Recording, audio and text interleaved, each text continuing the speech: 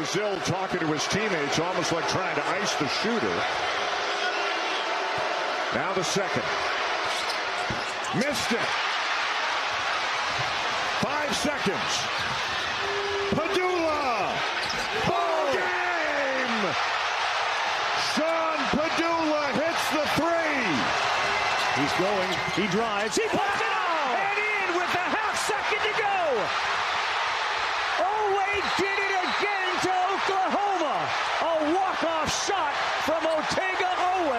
Otega was just better. I mean, they got two guys on the ball, but they allow him to turn the corner right there. The third defender rotates over with the left hand. That's as difficult as a game winner as you're going to see in the entire March Madness by Otega Ole. Unbelievable day in Nashville. Can we do that again today? Welcome into Three-Man Front. Wall-to-wall coverage today of day 3 of the SEC tournament. Partner, you and I have been covering this for quite some time. I do not remember a day from start to finish, 4 games. I mean, even the third game was kind of questionable. It didn't end up with a record-setting last-second shot, but still, just 4 games that were just outstanding yesterday. Conference tournaments are meaningless. It does not mean more when it comes to the basketball tournament in the SEC. But yeah, you're right, Pat. Yesterday was absolutely awesome, and it's kind of lived up to all of the hype that we've gotten, and rightfully so during the course of the regular season, which is how competitive this league has been. I think it was a blessing to have Texas and Texas A&M going head-to-head yesterday, and then some other teams that had kind of been on a slide that wanted to feel better about themselves, like the Missouris of the world. But yeah, awesome day 2 of basketball. Sure is, and of course, Auburn's going to get things started at noon today. The team that they're going to play, the Ole Miss Rebels, you just heard that clip from ESPN. Sean Padula only hit 1 3-pointer all day long, and it was the most important one, so it didn't matter if you're an Ole Miss Rebel fan.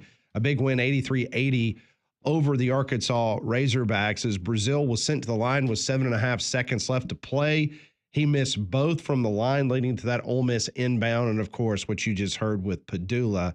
He finished with 10 points. He was 4 of 12 from the field. Malik Dia, we'll see if how impressive he'll be today against Janai Broome and the rest of the Auburn front line, as he had a game-high 19 points. Alabama fans know what Dia can do down low because he gave the Tide fit. So you got Ole Miss, the 8th seed, against number 1 Auburn. If you remember back, Tigers won 92-82 against number 23 Ole Miss. Janai Broome recorded a double-double. He had 20 points, 12 rebounds, and 4 assists and 2 blocks in the first time they played each other. Then the second game, it was 106-76 behind 24 points and 9 rebounds for Broome. And Chad Baker-Mazara had 22 points. That was on February the 25th at Neville Arena. So the Rebels do hold a 2-1 advantage in SEC tournament games over Auburn, though, which is odd. Very odd stat, but this is a rematch, and we talked about it yesterday, Landrum. It's very difficult for teams to knock off one particular team 3 times in a season, but Auburn will have that opportunity today. And maybe it sets up this way, but normally this would favor Chris Beard, the Ole Miss Rebels, and playing yesterday, that will be advantageous to them, and catching maybe the number 1 seed and knocking them off and making it to Saturday. But I think for this Auburn team, and given an emotional loss at home to your rival against Alabama earlier in the week, when you just did not play very well at Texas A&M, this Auburn team has got a chance to kind of flex and get back its mojo. And I think that is what Chris Beard and the Ole Miss Rebels will run into today. And you heard the other clip from last night. It was late. I'm glad that Conrad stayed up. I was worried this morning that he wouldn't make morning jocks, but you were able to see who your Alabama Crimson Tide is going to play this evening in the late night game, as Kentucky had a 10-point lead with 1 minute and 26 seconds to go in the basketball game, and then they trailed by 1. 3 turnovers in the last minute 26. But Owe came through once again, and, man, he is going to be a nightmare for Oklahoma fans. Yeah, and it looked like you had, well, it's funny also because he transferred from Oklahoma last year, and so he's kind of had his way with them this season. But you go back to the last time they played the regular season when he scored the last 18 points for Kentucky at the end of that game and just put the team on his shoulders. And then you had Jeremiah Fears last night, who he had, I believe, 10 points in the last minute and 10 seconds of the game. And you're like, oh, man, we're going to get a reversal of fortunes here from what we saw in the regular season. But then, yeah, Otega Owe just too good. And, I mean, you could even hear it on the broadcast. hey, this has been your best player all year. Give him the ball and see what happens. Goes full court, makes an incredible play at the basket, half of his body out of bounds with the left hand, and that was all she wrote for Oklahoma. But what a fantastic way to cap off an incredible day of basketball. And as great as the Texas and Texas A&M game was, I know a lot of people were like, man, did we have to go to 2 overtimes? Because Oklahoma and Kentucky didn't tip until 9:45 last night. But if you stayed up, it was well worth it. So the ESPN win probability during the Kentucky-Oklahoma game with 1 minute and 48 seconds left, Kentucky had a 99.2% chance of winning the basketball game. That was with 148. With 6 seconds left, Oklahoma had an 85.9% chance of winning it. And then Kentucky wins it, obviously, with the shot Never at doubt. the buzzer. I texted Pat this morning. So I thought I was 4-0 yesterday. I went to bed and there was like 2 minutes left in the game. Felt good about Kentucky minus 6.5. And when I woke up this morning, to my surprise, oh my goodness, not only was it a 1-point win, but they should have lost the game, probably.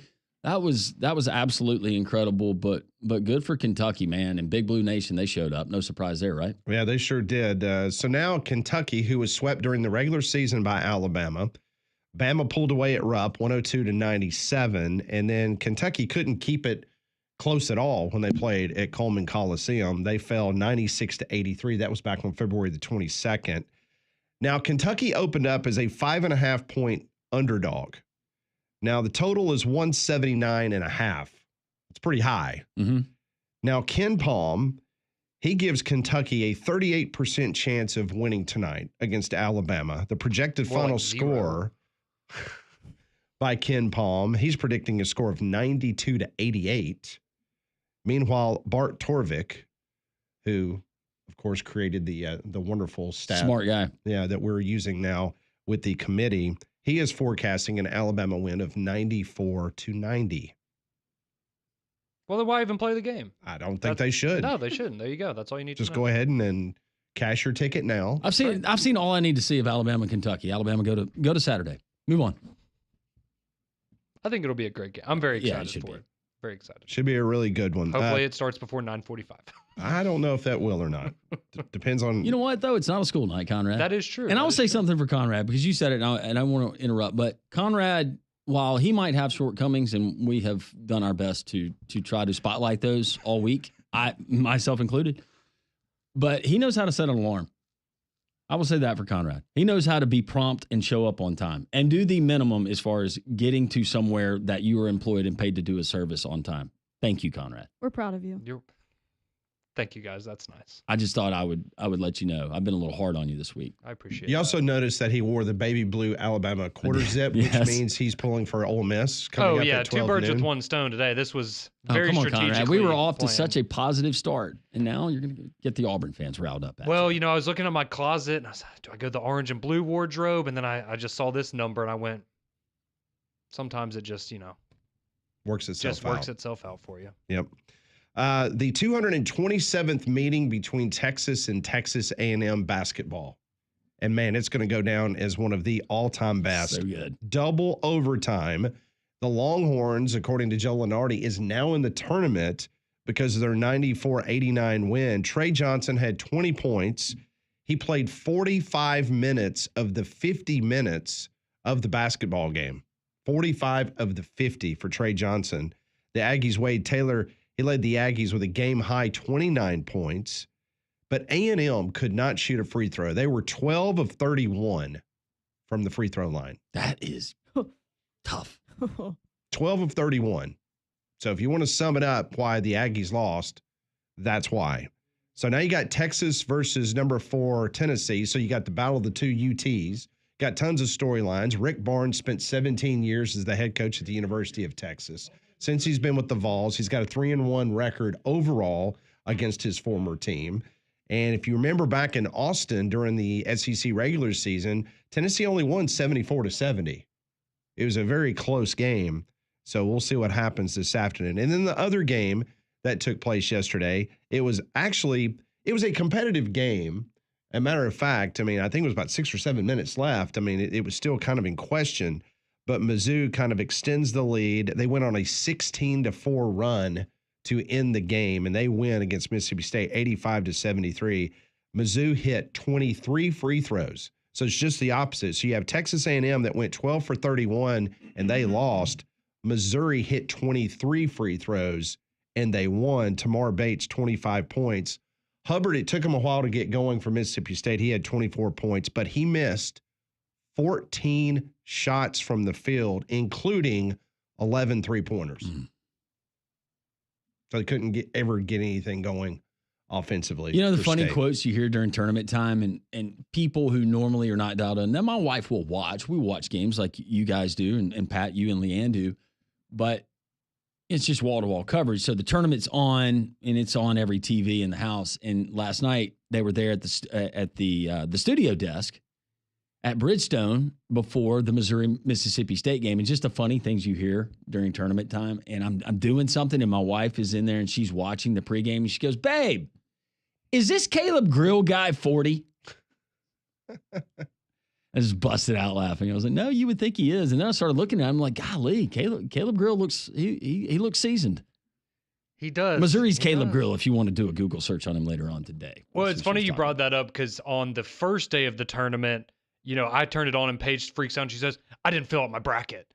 I was like, it's like, "No, that's okay. That's next week." And she was like, "But it's a tournament." I said, "It's different. Don't worry. You didn't miss the bracket. It's okay." Yeah, this is the one nobody wants you to put their name in. Yeah, exactly. Okay, so at noon, we've got Auburn and Ole Miss. The second game of the day is going to be Texas and Tennessee. And then the game, I'm using air quotes, at 6 o'clock is supposed to be Mizzou and Florida. And then Alabama and Kentucky. They will wrap up the night as the quarterfinals get underway in Nashville. We're going to go to Nashville here in a matter of just a couple minutes. Ryan Hennessy, sports director from NBC 13, he's going to join the show live from Nashville. We've got Wimp Sanderson coming up at the bottom of the hour, Barrett Sallee at the beginning of the 11 o'clock. Mike Rodak is going to join us at 12:30 as we will preview Alabama and Kentucky. And later tonight, it'll be the final game from Fort Worth, Texas, Dickies Arena. You can hear the game over on Jocks 2 100.5. As East Carolina, they win last night against UTSA. They're going to take on UAB. The Blazers are currently a 5.5-point favorite against the Pirates. The Pirates won earlier this year against the Blazers in North Carolina. The final there was 82-75. The Blazers were outscored in the second half by 12. The Blazers had a 5-point lead at halftime, and they end up losing to the Pirates. Lindeborg had 22 points, 11 rebounds. But ECU's a hot team. They have won 7 of their last 9 games going up against the Blazers tonight. So hopefully this will be an 8 o'clock tip-off, and we'll be off the air at 10:45. Amen for you. Yaxel Lindeborg, we need Yaxel Lindeborg to play like Yaxel Lindeborg. Not that he's played bad, but he needs to be playing at an elite level, and hopefully UAB, we can just get their best basketball. Play defense, guys. Get some stops. And listen, UTSA gave UTSA and ECU very interesting matchup throughout the year. Both games they played during the regular season, very close, and it was again another close game last night. So we'll see if UAB matches up a bit better against the Pirates than they did earlier in the season. UTSA is one of those teams. I think that now Andy Kennedy, when we had him on the podcast, he would not say. He said, honestly, I don't have a preference either one of those opponents, but I feel like UAB matches up better with the East Carolina Pat. UTSA, they just one of those teams. It's kind of one of those finesse teams, a little bit like Oklahoma, where all of a sudden you look up and they've knocked down a whole bunch of threes, and you're wondering what happened. Yeah. So we'll go to Nashville coming up next on the program. We will also do some live listens into the Auburn broadcast as that game tips off at 12 noon against the Rebels. It's his quarterfinal day in the SEC and, of course, in the American Athletic Conference. So much to get into. This is Three-Man Front on Jocks 94.5.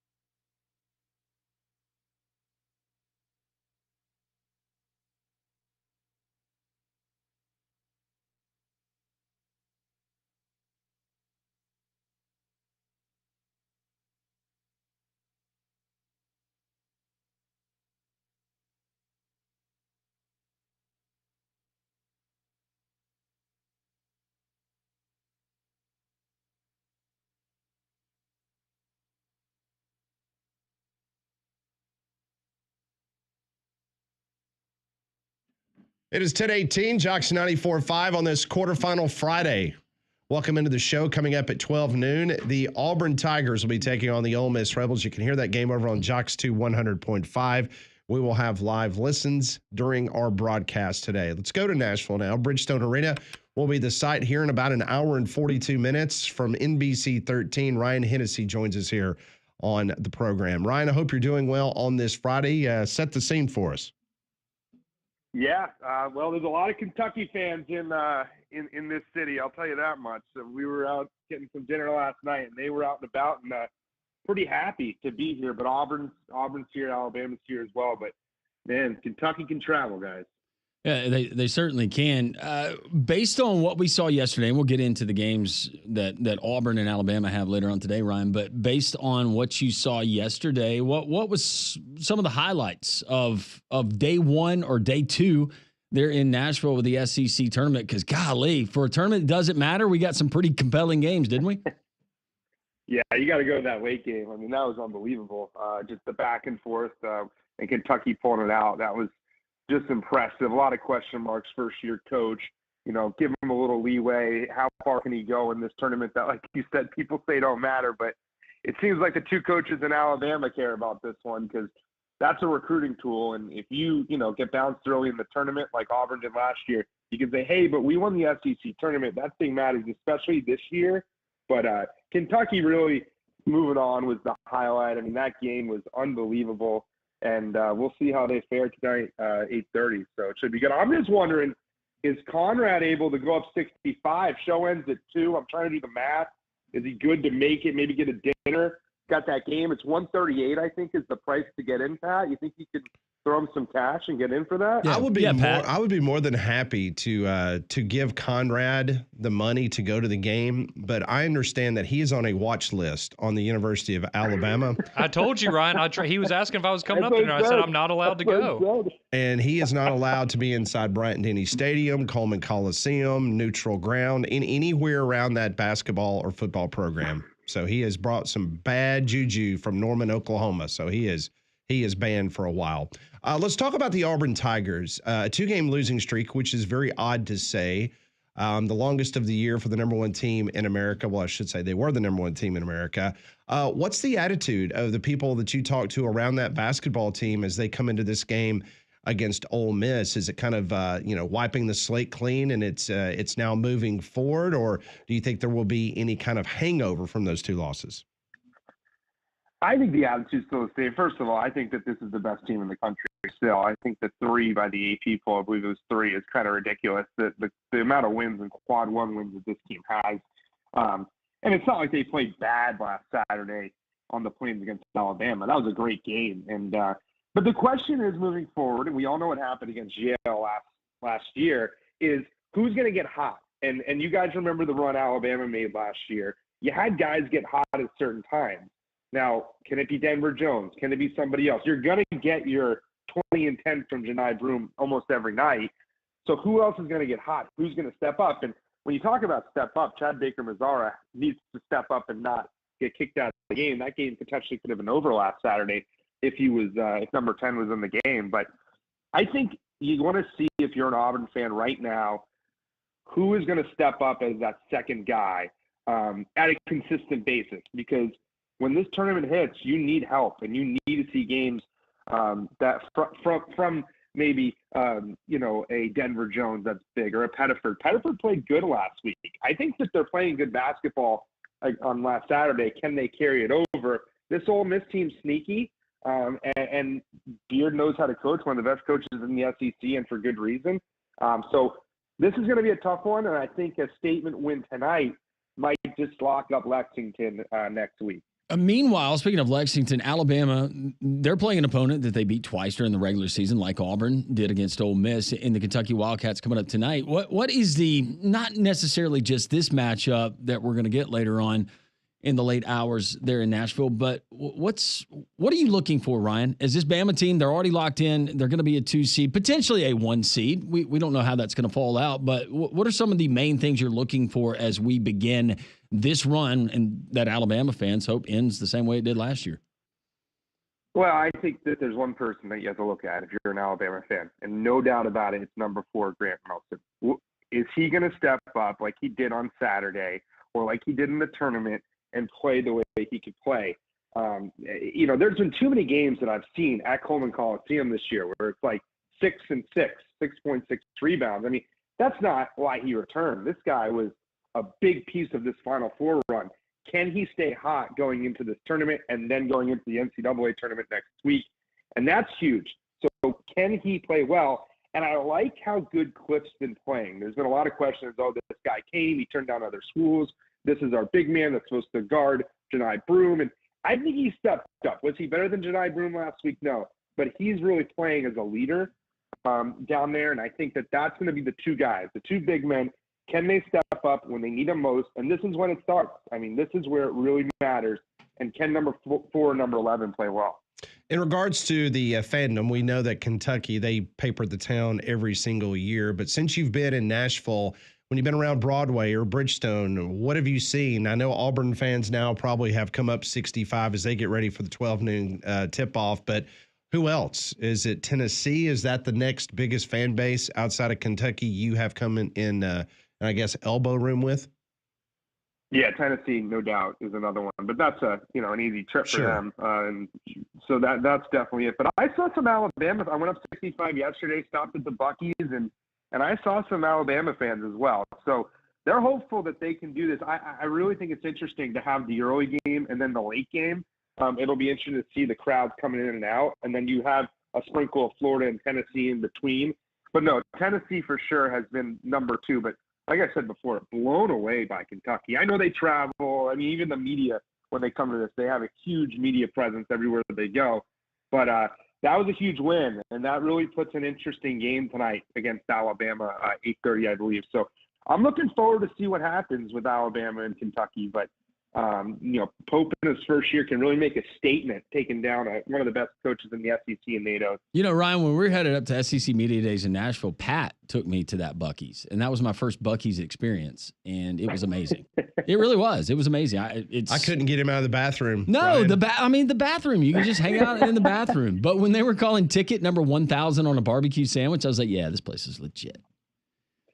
They don't mess around. The club sandwiches don't mess around. I will say, though, it's not fun when you get a text from Wells Fargo for fraud last night. So Ryan's got no debit card up in Nashville. It's been a rough start for me, guys. Hey, happened to me 2 weeks ago, Ryan. It sucks. Hey, does Landrum need to Venmo you some money you so need he can some get cash? You a sandwich?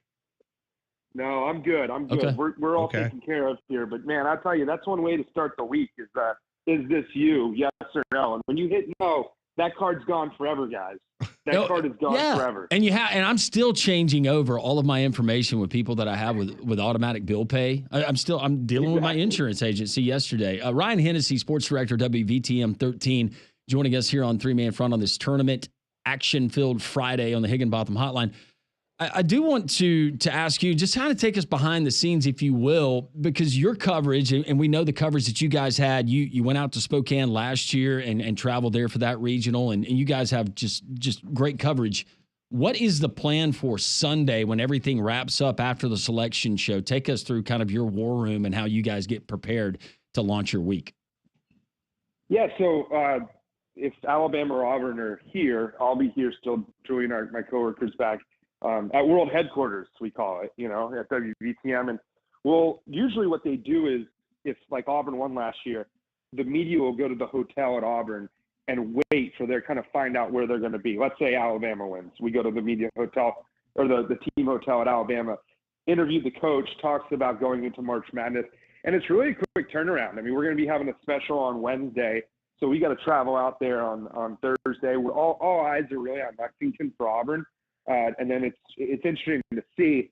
I've been seeing, there is still a shot Alabama 1 seed. They got to really do something in this tournament, but I don't think it's going to happen. So 2 seed, where do they go? Julian will be covering them. So it's fun. I've talked to a bunch of people. The coolest experience, if you're an Alabama or Auburn fan, is to go to that first and second round matchup, because it's a different kind of city, like a Spokane, or I had the tough assignment to go to San Diego 1 year for Alabama. Oh, brutal. So it's really nice. It's a good gig, but never been to Lexington. So that'll be interesting. It's looking like if Auburn wins tonight, they lock up Lexington, which should be an easy trip for Auburn fans. And then all eyes would be on Atlanta because it's the regional site.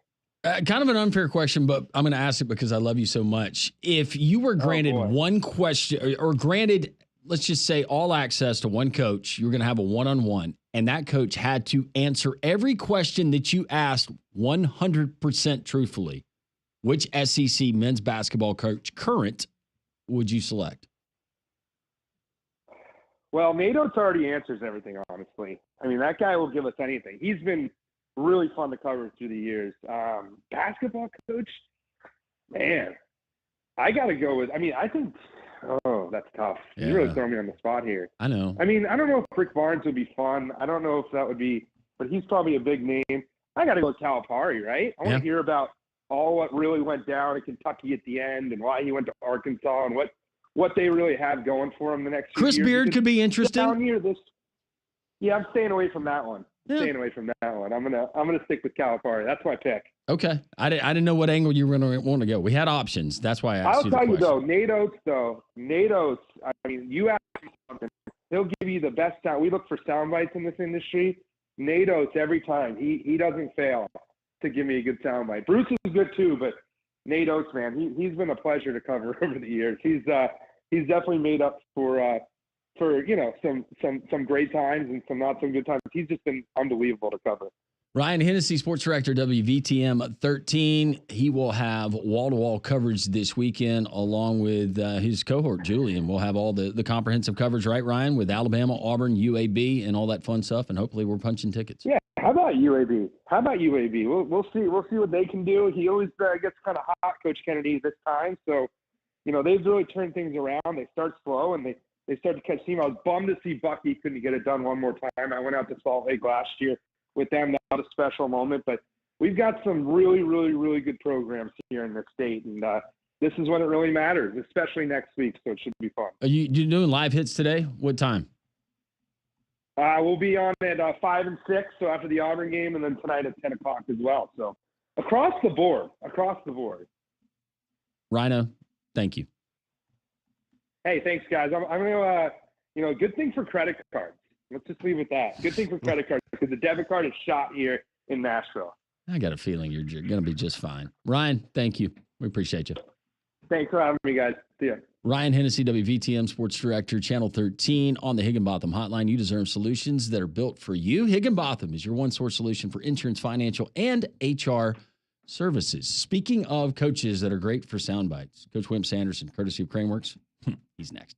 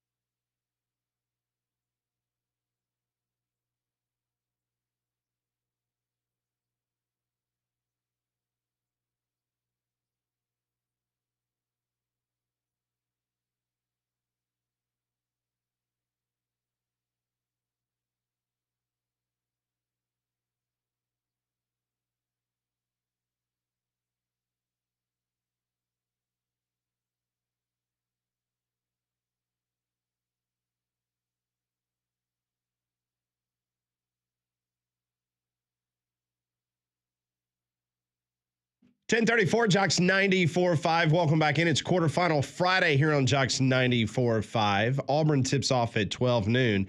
Each and every Friday on the program, we're blessed to be able to talk to the famed Hall of Fame former Alabama head coach, Wimp Sanderson, brought to you by Craneworks.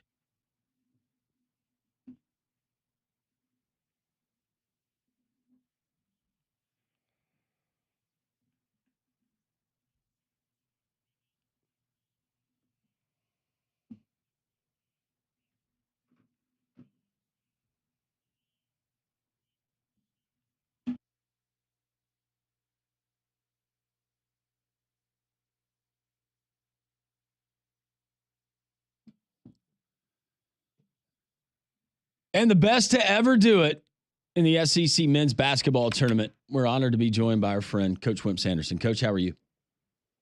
I'm doing good. The SEC tournament means a little bit more than Landrum says it does. No, I didn't say that. I was saying that tongue-in-cheek, Coach. He doesn't like it, Coach. Okay. He wants to do away with it. The coaches don't tell the coaches that. Don't tell a group of fans that go to those games all the time.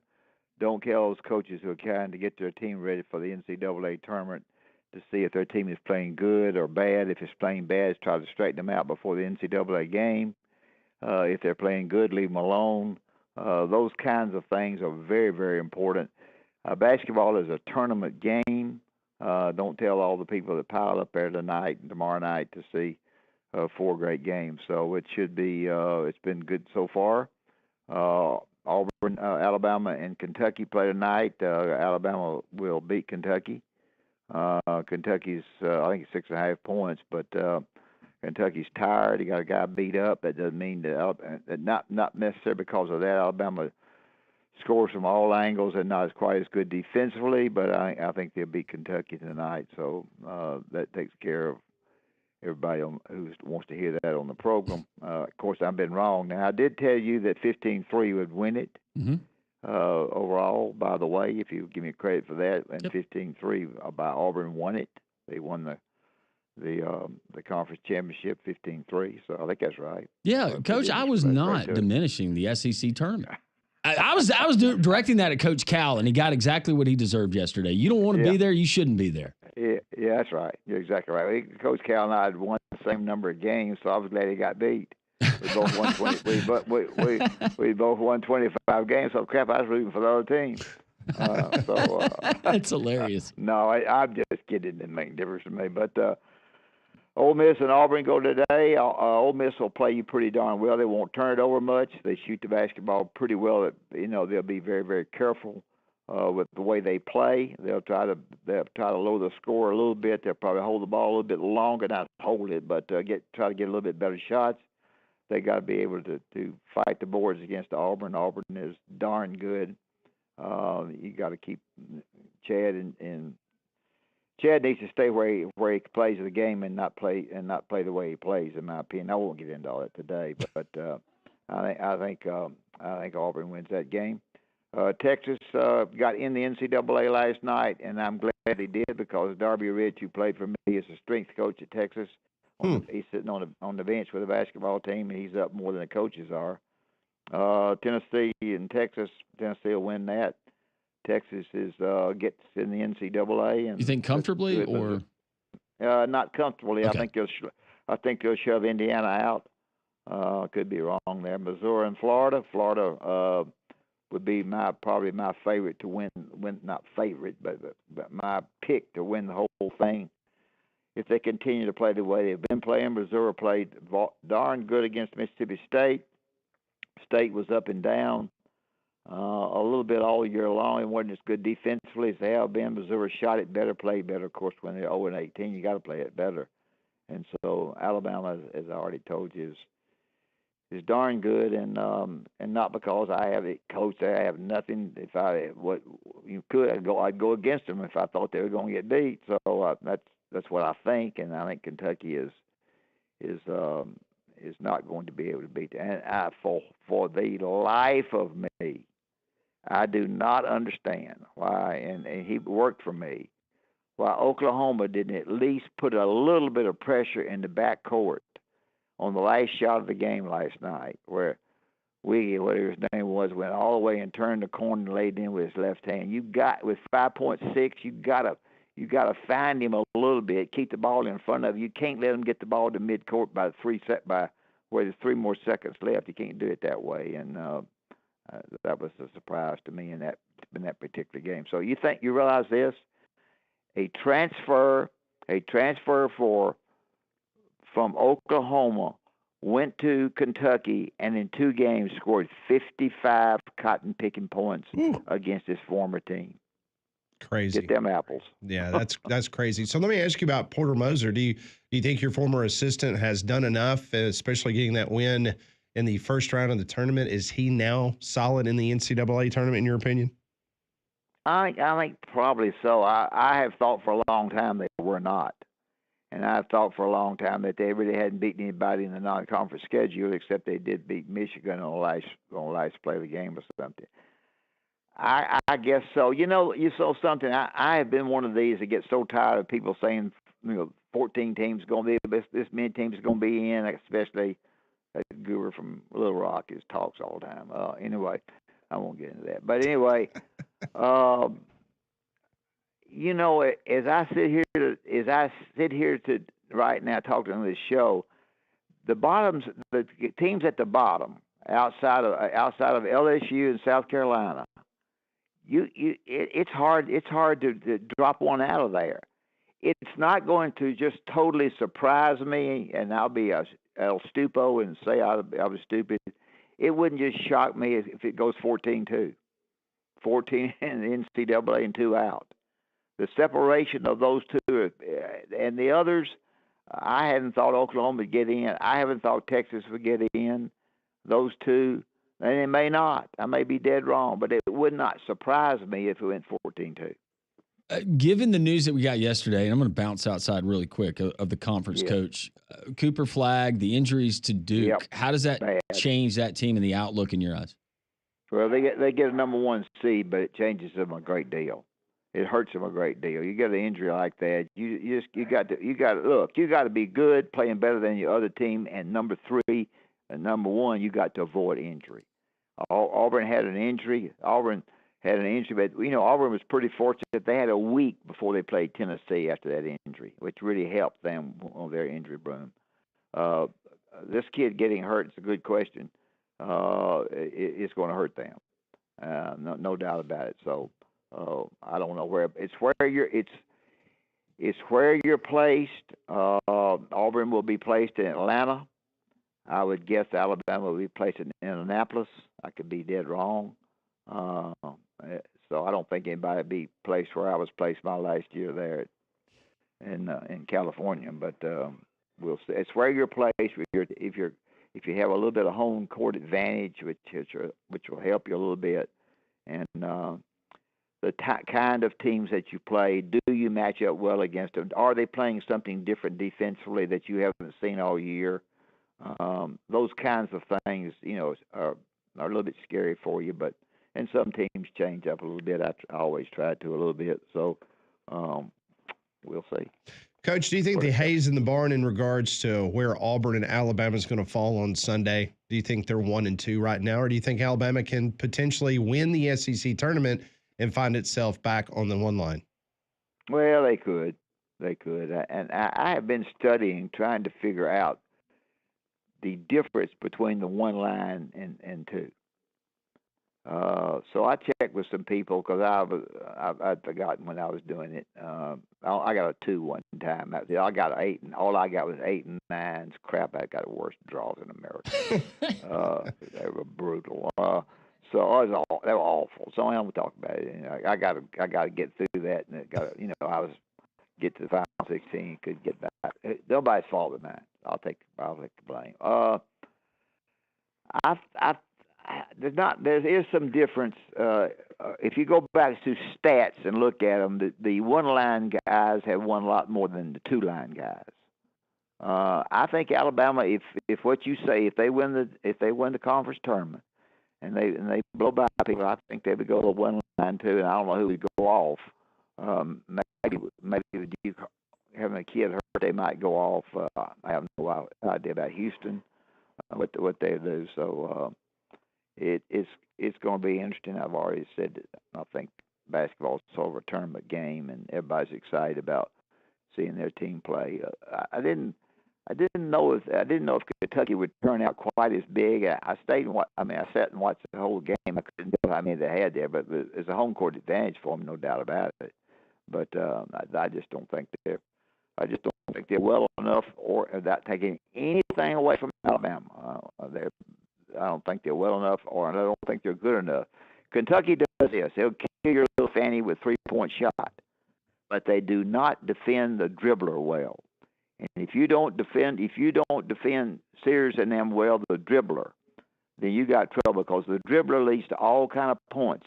It leads to a lot of passes to the backside. It leads to somebody trying to help against the dribbler.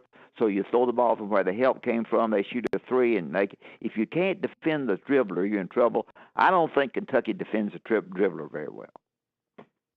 So, Coach, with all of your success that you had, not only in the SEC but also NCAA tournaments with those Sweet 16s, but if there's something that you learned along the way where you said, you know what, I need to implement this moving forward, maybe a secret in the recipe to your success and things that we fans don't think about, what would one of those things be that you learned during your tournament experience coaching those basketball teams that was really helpful? You won't like the answer. You won't like the answer. I know.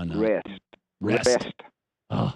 Rest was huge for us. We would go. I had Bobby Lee Hurd on my team. I talked about that, but we would go in. I'm saying we're fixed to play in tournament. We're going to go 45 minutes, but we're going to go the hardest 45 minutes you ever saw.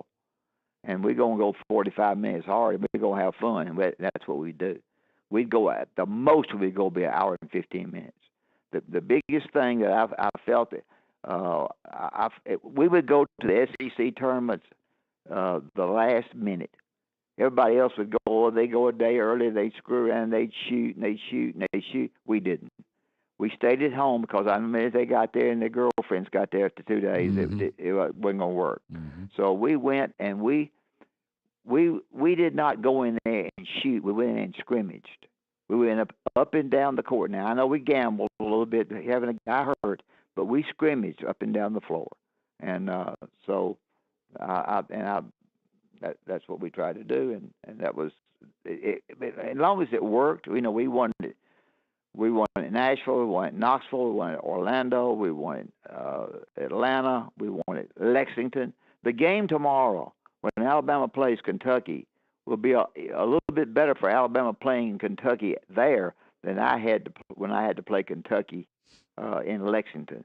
Back then, as I've already told you, all our listeners, you probably got new listeners. Back then, we played on somebody's home court, and that made it a lot more difficult when you played on their home court. I got to play Kentucky in the final game for the championship with the SEC at Lexington. Put the chairs on the school bus. Adolph Rupp slouching over, falling in your lap in the back of that car. Yeah. And we blew them out 48-46. There you go. and I held that cotton picking ball on every possession. every possession. We didn't hold it long. I held it a lot. I worked that Booger Bear a lot, made them guard us as much as we could, and we finally got to travel. We got to travel against Kentucky with a score at 46 up. I went over there and called timeout. I cleared out the side for Enos Watley go one-on-one. He goes to the basket and misses a cotton picking thing. We try to put it back in. Eddie Phillips puts it back in, and they go down the floor. They call timeout. They got 3 big 6'11" guys playing. They shoot a three and miss it, and we win. So that's a big game. And I mean, I've talked fast and a lot, but the SEC tournament was. It's always been good. I think it just makes basketball come to the front some during the period of time where football.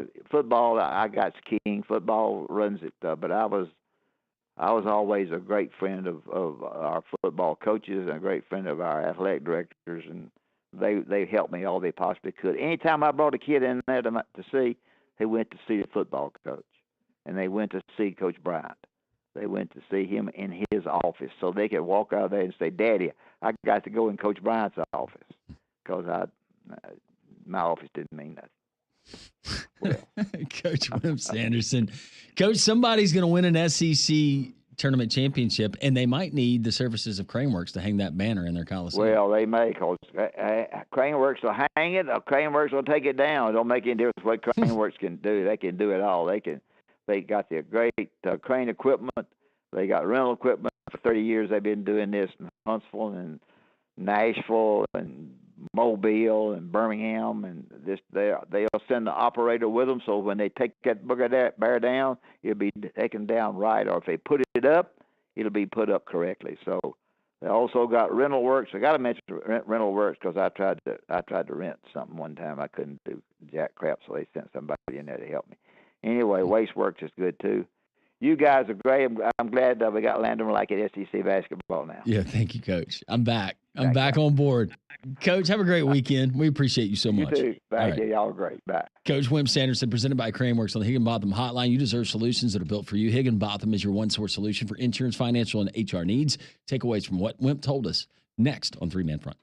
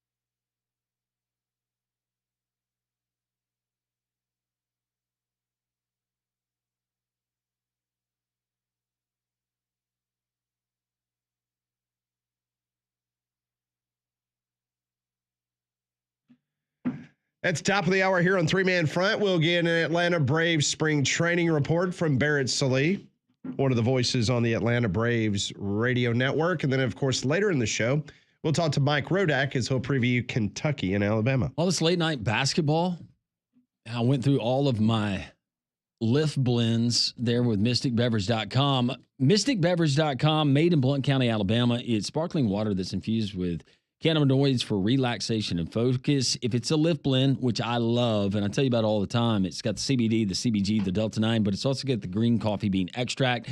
It gives you that pick-me-up, whether it's a late night of watching tournament basketball or it's during the course of your workday. Not only the lift blend, but they have the High Heels Delta-9 available in the 5 and the 15 milligram for a balanced or elevated vibe. The Nirvanic, the 25 milligram Delta-8. It is a smooth, calming experience, perfect for unwinding.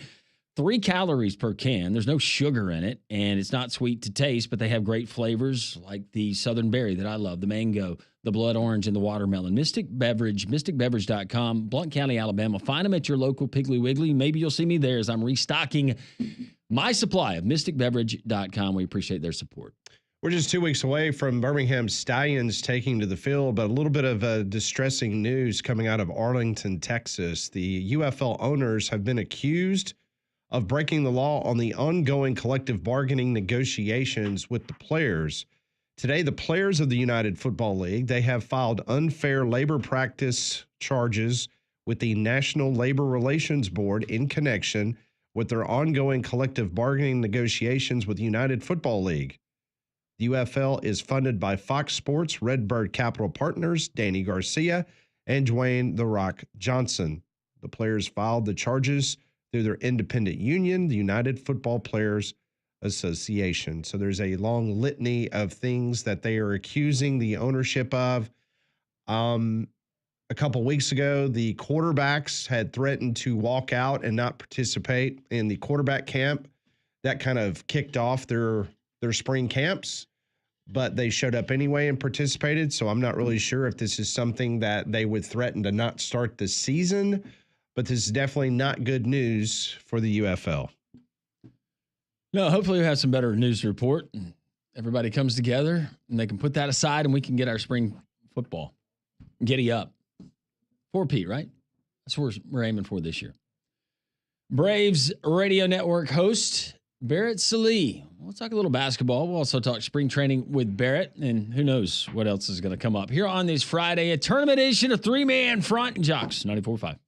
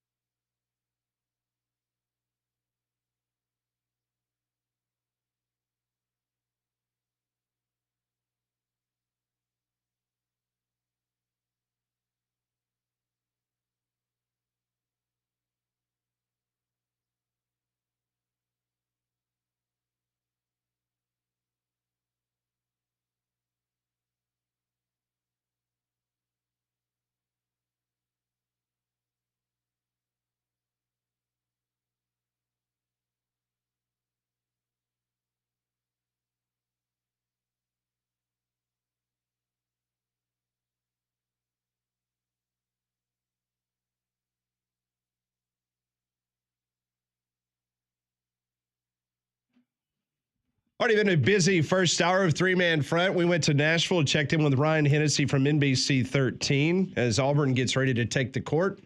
Coming up in about an hour from now against the Ole Miss Rebels. We just heard from Hall of Famer Wimp Sanderson talking about his success in the SEC tournament. If you missed it, he has predicted Alabama will beat Kentucky tonight. That is an 8 o'clock tip-off coming from Bridgestone. Well, for flu, pollen, and allergy season, you're going to want to keep your home cleaner with Trane's Clean Effects Home Air Cleaner. It removes up to 99.9% of airborne particles, including those contributing to allergy and virus, and is proven to be more effective than standard and HEPA air filters. So contact a Trane certified dealer for the Clean Effects Air Cleaner. Joining us now on the Higginbotham Hotline, Braves Radio Network's very own Barrett Slee joins us here on Three Man Front. Barrett, I hope you're doing well on this Friday. I know you're getting tired of being asked this question, but what is the latest on Strider and Acuna? How are they progressing so far in spring? Yeah, I thought they thought that Strider was going to get at least one game in spring training. It's still a possibility, but I think right now it's unlikely. Does that mean anything? No, it really doesn't. He's still going to go to Gwinnett and get starts at some point. So I don't think it necessarily means anything about the timeline of his return. But I still think they're targeting early May, maybe late April for Ronnie. But with the expanded playoff right now, I think a lot, not just the Braves, but a lot of teams, don't feel the need to rush players back, especially those who, feel like they're going to be in the playoffs anyway. And the Braves do, I think, fit into that category. Ronald could play right now. I don't doubt it. If this was a mid to late in the season and the Braves were in a pennant race, he'd be leading off in spring games, no doubt. But be patient with them. But again, I think the plans changed a little bit with Strider, but I don't think it means an awful lot. Another guy who's coming back from injury, a couple of injuries, Ian Anderson, and the Braves hopeful that he can be a part and a mainstay in that rotation. I like what I'm seeing. What can Braves fan expect here in the early going when they finally see Ian Anderson pitch? Yeah, he's going to make the starting rotation. He doesn't have any options left, and he's too good to let go of. People can have their opinion one way or the other about how good he is, but he's good enough to keep around, and so they have to keep him around. I don't think he fits into the bullpen. So being the fourth or fifth starter, I think is pretty much locked up for him because he's done enough in spring training. And I know folks will look at that box score from, Wednesday, where he gave up 4 earned runs, but he really only gave up 2 earned runs and then had to sit on the bench for like an hour and 15 minutes because the Braves had a 9-run inning. So he gave up 2 more runs that, in the bottom of the 5th, but at that point he was experimenting and there wasn't a whole lot to be concerned with. So he's in as far as I'm concerned. And it looks like Grant Holmes is going to be that guy. I know AJ Smith-Shawver is getting a split squad start tomorrow. I don't think that means an awful lot other than just to get him some action before going to Gwinnett. Unless there's an injury, it's going to be Grant Holmes and Ian Anderson. And Grant Holmes, 2 days ago, or yesterday, I guess it was, had a tremendous day, 5 strong, and heard him after the game talking to the media, and he feels confident. I think one thing that kind of gets lost is that him starting that game in place of an injured Chris Sale on the final day of the season last year really gave him a ton of confidence and gave the Braves a ton of confidence in him, and that's carried over into this season. Okay, so what has been the most pleasant surprise to you so far coming out of news from the Braves camp down in Florida? This is a deep pull, all right? Okay. Deep pull. Nick Allen. Oh, okay. Oh, Nick Allen.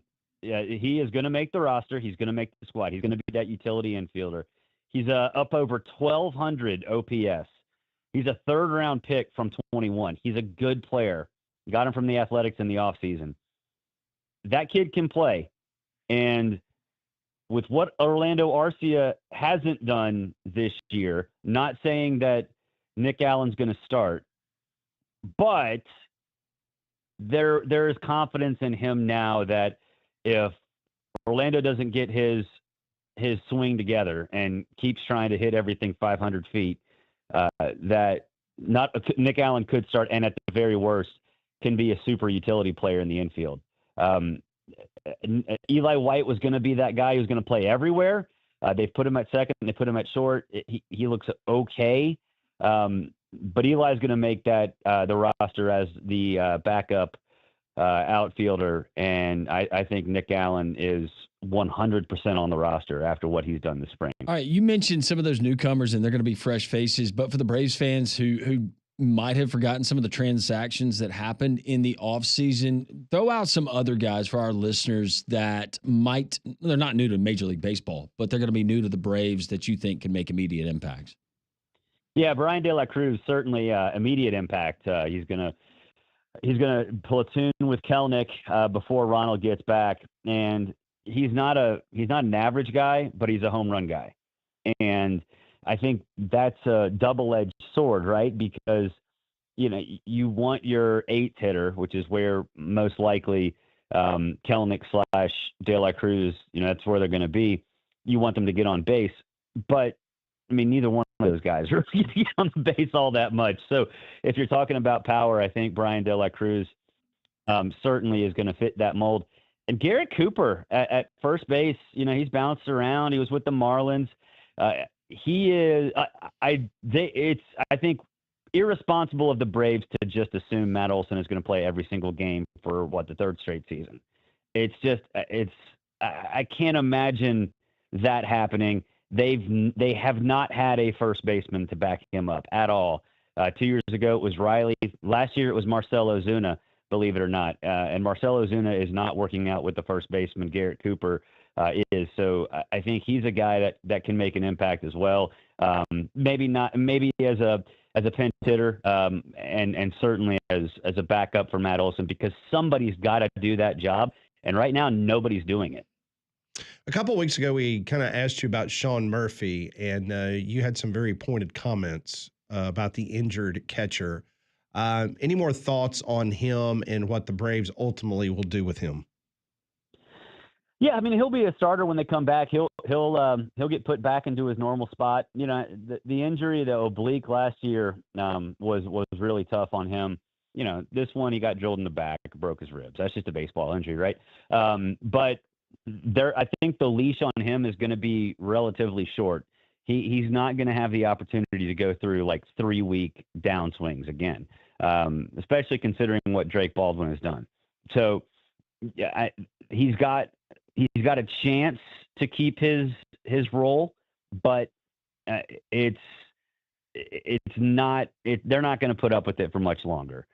So especially with what, like I said, with what Drake has done this spring. So they have confidence in him they know that he can be that guy, but they don't know how to fix him when he's not.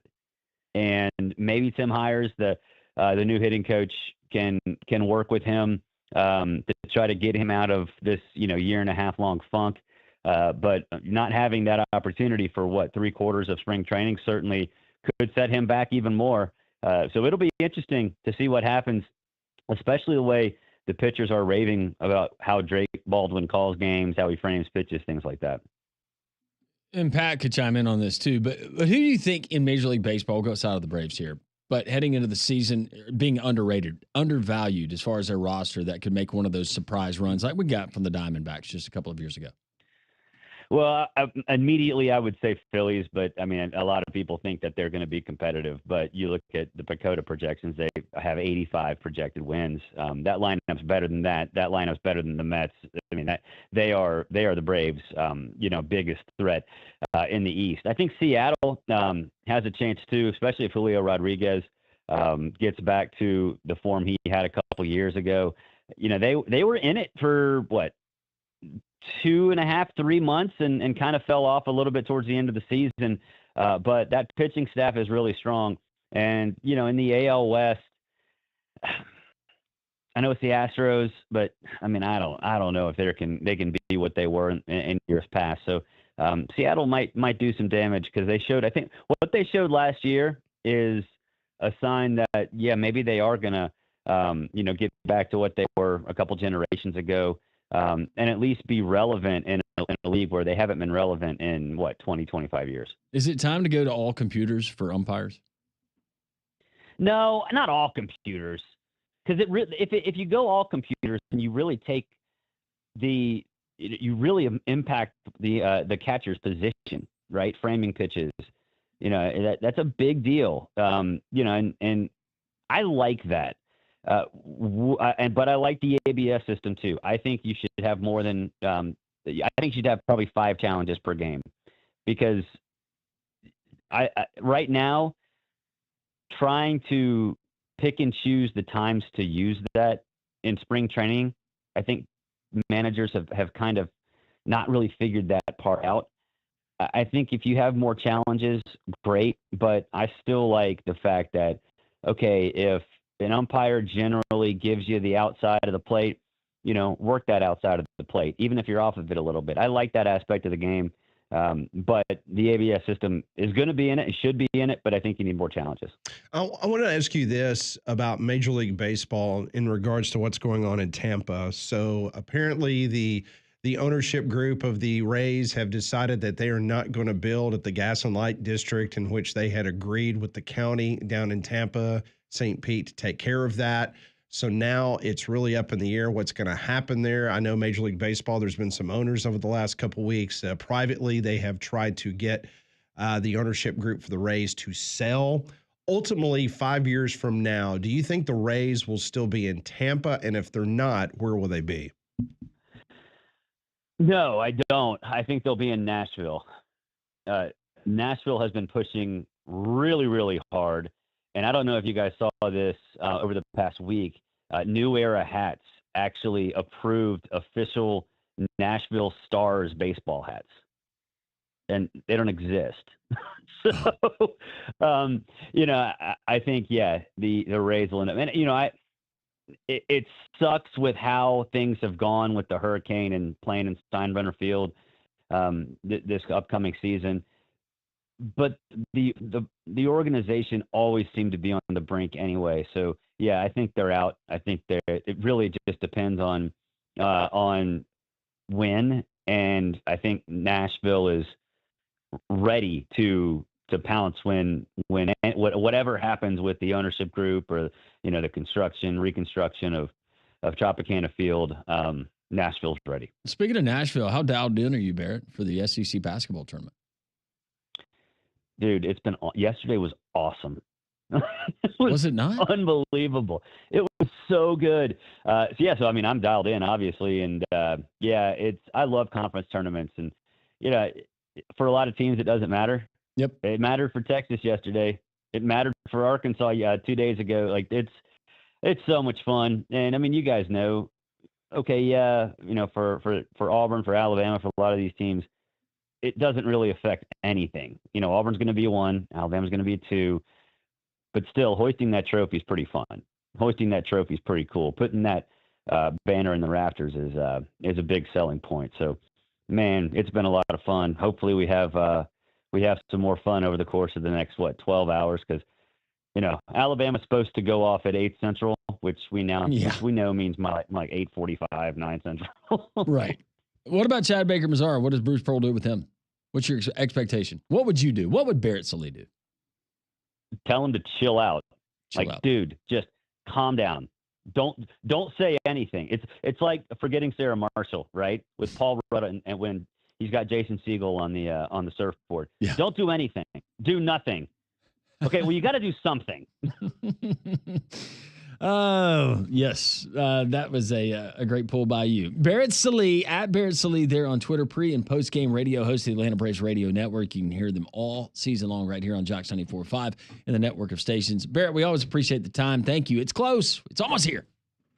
It's, less than 2 weeks. It's going to be awesome. Thanks, y'all. Thanks, Barrett. Barrett Sallee joining us. All our guests join us on the Higginbotham Hotline. You deserve solutions that are built for you. Higginbotham is your one-source solution for insurance, financial, and HR services. Termite control and extermination, mosquitoes, those common house pests, animal removal and control. Since 1977, Alabama Professional Services, they have helped the homeowner solve even the most challenging insect and pest and rodent problems. From targeted pest control for termites, rodents, and more to prevention and protection. APS can help you today.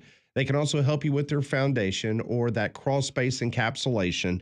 Proudly serving Birmingham, Huntsville, and Montgomery. Schedule a free estimate today. The number is 205-951-9717, or go to their website, alabamaprofessional.com. Tournament basketball is underway across the country. We'll get you updated on other games outside of Nashville coming up. 3-man front on this Friday edition on Josh 94.5.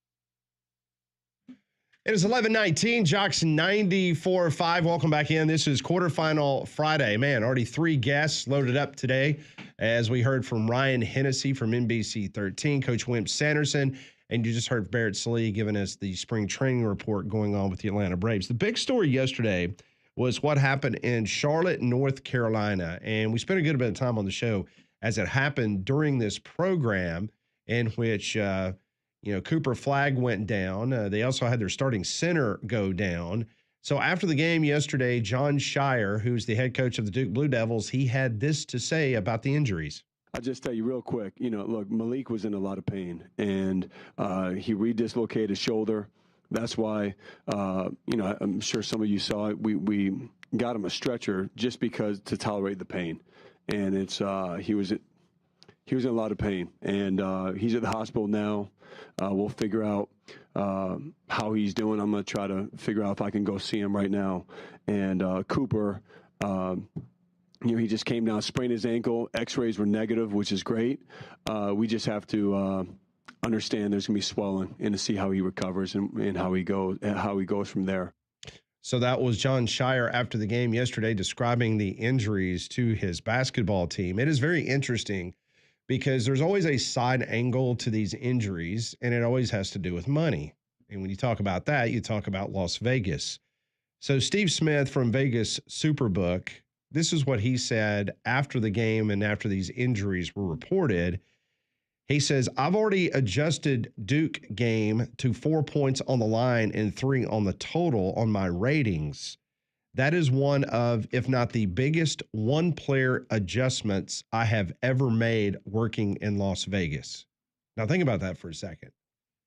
Of all the injuries and things that have happened, according to this individual from Vegas Superbook, that this is the largest point spread difference that he has had to make an adjustment on one particular player not being available. In any sport? That's what he said. Wow. Jeez. He says, from the looks of it, other odds makers have moved it even more than I did, which is made even more intriguing by how well Duke played without Flag. They played better without him, honestly, yesterday. Greg Tomlinson from Vision Sports. This is a quote from him. He says, a healthy Cooper Flag would put me at minus 13.5 with Duke. With that 13.5, also factoring in Malik Brown's injury, that got lost in the Flag news. As of now, I've handicapped him out of the UNC game and made the handicap with him out of Duke minus 9. That's a shift of 4.5 points, according to Greg Tomlinson. Now, as far as the NCAA title odds go, Jeff Benson, who is the operations chief with Circa Sports, he says they took some Auburn money right away after the injury of Cooper Flag. So they lowered Auburn and raised Duke a bit. He is one of the most important players in the country and is very valuable to the spread. So Circa started the week. Duke was plus 315 to win the national championship, and Auburn was plus 340. By last night, Duke was now at plus 320 and Auburn was at plus 335. But at DraftKings, Auburn is now the team, according to DraftKings, to win the national championship over Duke. They're at plus 350. Duke is now plus 360. Well, not only is it a credit to how great of a player Cooper Flag is and how he affects that basketball team, but if we take the best players on Alabama and Auburn, if we take Mark Sears and we say, okay, same thing happened to Mark Sears or Janai Broome, and we've seen that injury before, you take them away from those basketball teams. I don't feel good about either one of those teams. Maybe not even making a Final Four or winning a championship, but with this Duke team and how they're built and given what we've seen, and they've got some warts, not many, but they've shown some warts. Every team has. That totally changes how I look at this Duke team if Cooper Flag is not firing on all cylinders. Well, not to mention the fact with Malik going down with his shoulder. I'm talking about second round concerns. Mm-hmm. I think those are valid concerns without a shadow of a doubt. So yeah, it's just interesting seeing how Vegas. Now we all have seen this before.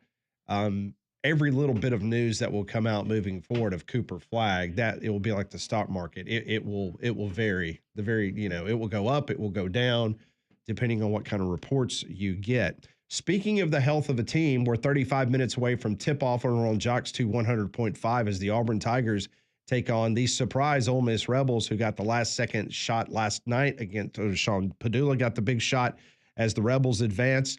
Let's hear from Bruce Pearl talking about the overall health of his basketball team.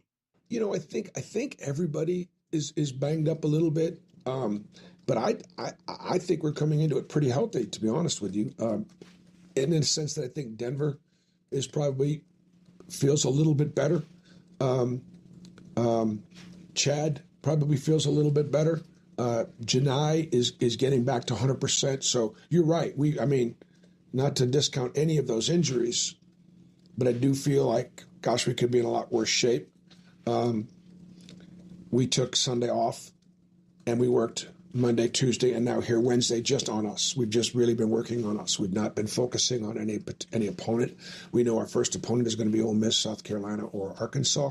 And so the coaches are quietly working on scouting reports for those teams, but we're not doing anything on the court or in film prior to when we find out who we play Thursday afternoon at 2:30, except just working on ourselves. That was Bruce Pearl. Obviously, that was before the Ole Miss victory, but Auburn having those 2 wins against Ole Miss, pretty interesting. Earlier this week, Nick Kelly had a piece in AL.com, and I've never seen this before, and he did a little research, and it's SEC tournament title game participants. So whether you win or lose and you get to the championship game of the SEC basketball tournament, what have you done the past decade when you've gone to March Madness? So, okay, you got a couple teams in the championship game in the last 10 years. How many national championships have been won by that team? By the SEC? Mm-hmm. 0. Correct. Not a 1 in 10 years. How many have made it to the Elite 8? Last 10 years. 4. 5. 3. 1. Huh. How many championship game appearances in the last 10 years by a participant in the SEC championship game? 1. 1. Kentucky. Correct. How many Final Four? 3. 2. 2. 3. So the point of it is that the last 10 years, now I think you throw all that out the window based on what this conference This year's is different, this yeah. year. But history will tell you that the SEC, just because you get to the championship game, you automatically think that those 2 teams are going to be maybe bound for the Final Four or the national championship game. And as the numbers prove, it just doesn't happen. Matter of fact, only 6 times in the last 10 years that the 2 participants have made it to the round of 32. That just tells you where this conference has been and where it is currently. I think all those numbers will be shattered, by the way, this year. Yeah. But history over the last 10 years have not been kind to the SEC championship game participants. And we always have those teams that make the runs that we never saw coming. But how big of a bummer would it be if we had UConn back in the Final Four and they made a run? I would be so bummed out. I'd be bummed out, too, if Mick Cronin and UCLA make a run. Now you've put it out there in the universe, Landrum. I know. I thought if I said it, then that mean it wouldn't happen. It's the opposite. Is it? Mm-hmm. Is that how it goes? Well, you should know. I'm just not going to say anything until the tournament's over. I'm not going to say anything. Best piece of advice I can give you for tournament time is our friends at Rambler Sports Bar and Grill there at the Finnick. It is bracket time coming up this Sunday, Selection Sunday, March 16th. Join Rambler Sports Bar and Grill at the Finnick for their bracket. Their bracket reveal and prizes, giveaways, and more. And their tournament challenges. They have halftime shot competitions, buzzer beater challenges. You've got 28 screens. One of them is a projector screen that's 283 inches, state-of-the-art audio, and elevated sports bar menu. Check them out. It's Rambler Sports Bar and Grill. They're at the Finnick. They're open for lunch today, but all weekend long and all through March Madness. Rambler Sports Bar and Grill, 1630 2nd Avenue South near Railroad Park. When we come back on 3-Man Front, we'll check the conference scoreboards as quarterfinals and semifinals are going on already throughout the country. We'll give you an update on that. So much to get into with Auburn tipping off at the top of the hour. This is Jocks 94.5.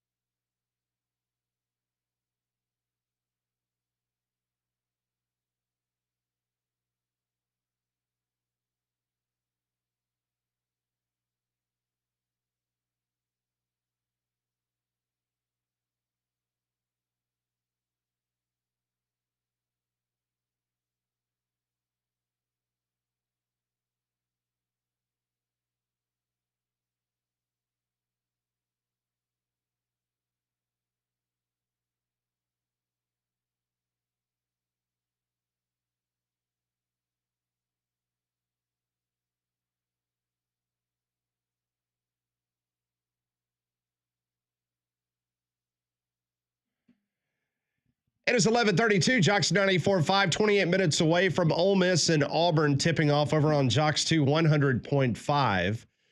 Now, if Auburn advances today, you can hear the Auburn broadcast on Jocks 94.5. Tomorrow, if they get to the championship game, the Auburn broadcast will be heard right here on Jocks 94.5. If not, you will hear the SEC radio network coverage of the SEC championship. So right here on Jocks. Games underway across the country, and we will get you up to date on some of those games. Some of those games are about to tip as well. But right now we got halftime. I know this is a game that Pat has his eyes on. The Atlantic 10 Championship quarterfinal. VCU, the Rams, taking on the Bonnies of St. Bonaventure. VCU leading that one 36-26 with 20 minutes of regulation in the books. 7:36 to play, first half. Michigan State and Oregon, another game that Pat Smith has his eyes dialed in on. Oregon has come back. Michigan State led early. Right now, Sparty and Quack Quack tied at 24. 7.5 minutes to go. So is every game we talk about, can we just say Pat has his eye on it? Because that's probably the... No, I only two. I want to keep it accurate. Those are the only two. Only two this morning, he said. Right. We do have the Conference USA semifinal coming up. Kennesaw State taking on Liberty. Ole Miss and Auburn, of course, Jocks 2 100.5 at the top of the hour. Memphis and Wichita State in the American. Wichita State already beat Memphis. Now, if we can kind of clear out some things. Yeah, and the Conference USA tournament's being held in Huntsville at the Von Braun Civic Center, which is a good move for Conference USA because they treated their previous members as total crap by putting them in that stupid intramural gym at the Star in Frisco, Texas. That was embarrassing. We have another delay where the basketball is going under the curtain, and we're trying to retrieve it from the trade show. You're hearing buzzers from the other court going off. It was just a complete fiasco. It was a joke. Good for Huntsville.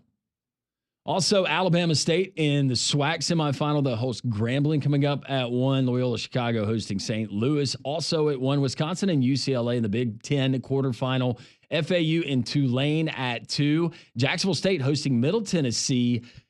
Conference USA semifinal. Jacksonville State, one of those other Alabama teams to join Troy and the likes of Auburn, Alabama, hopefully UAB to punch their ticket. Tennessee and Texas later on today, 2:30 from Nashville. And, of course, you got UAB coming up tonight. And, Pat, you're going to be a part of that broadcast. We will get a tournament edition green and gold report from Pat.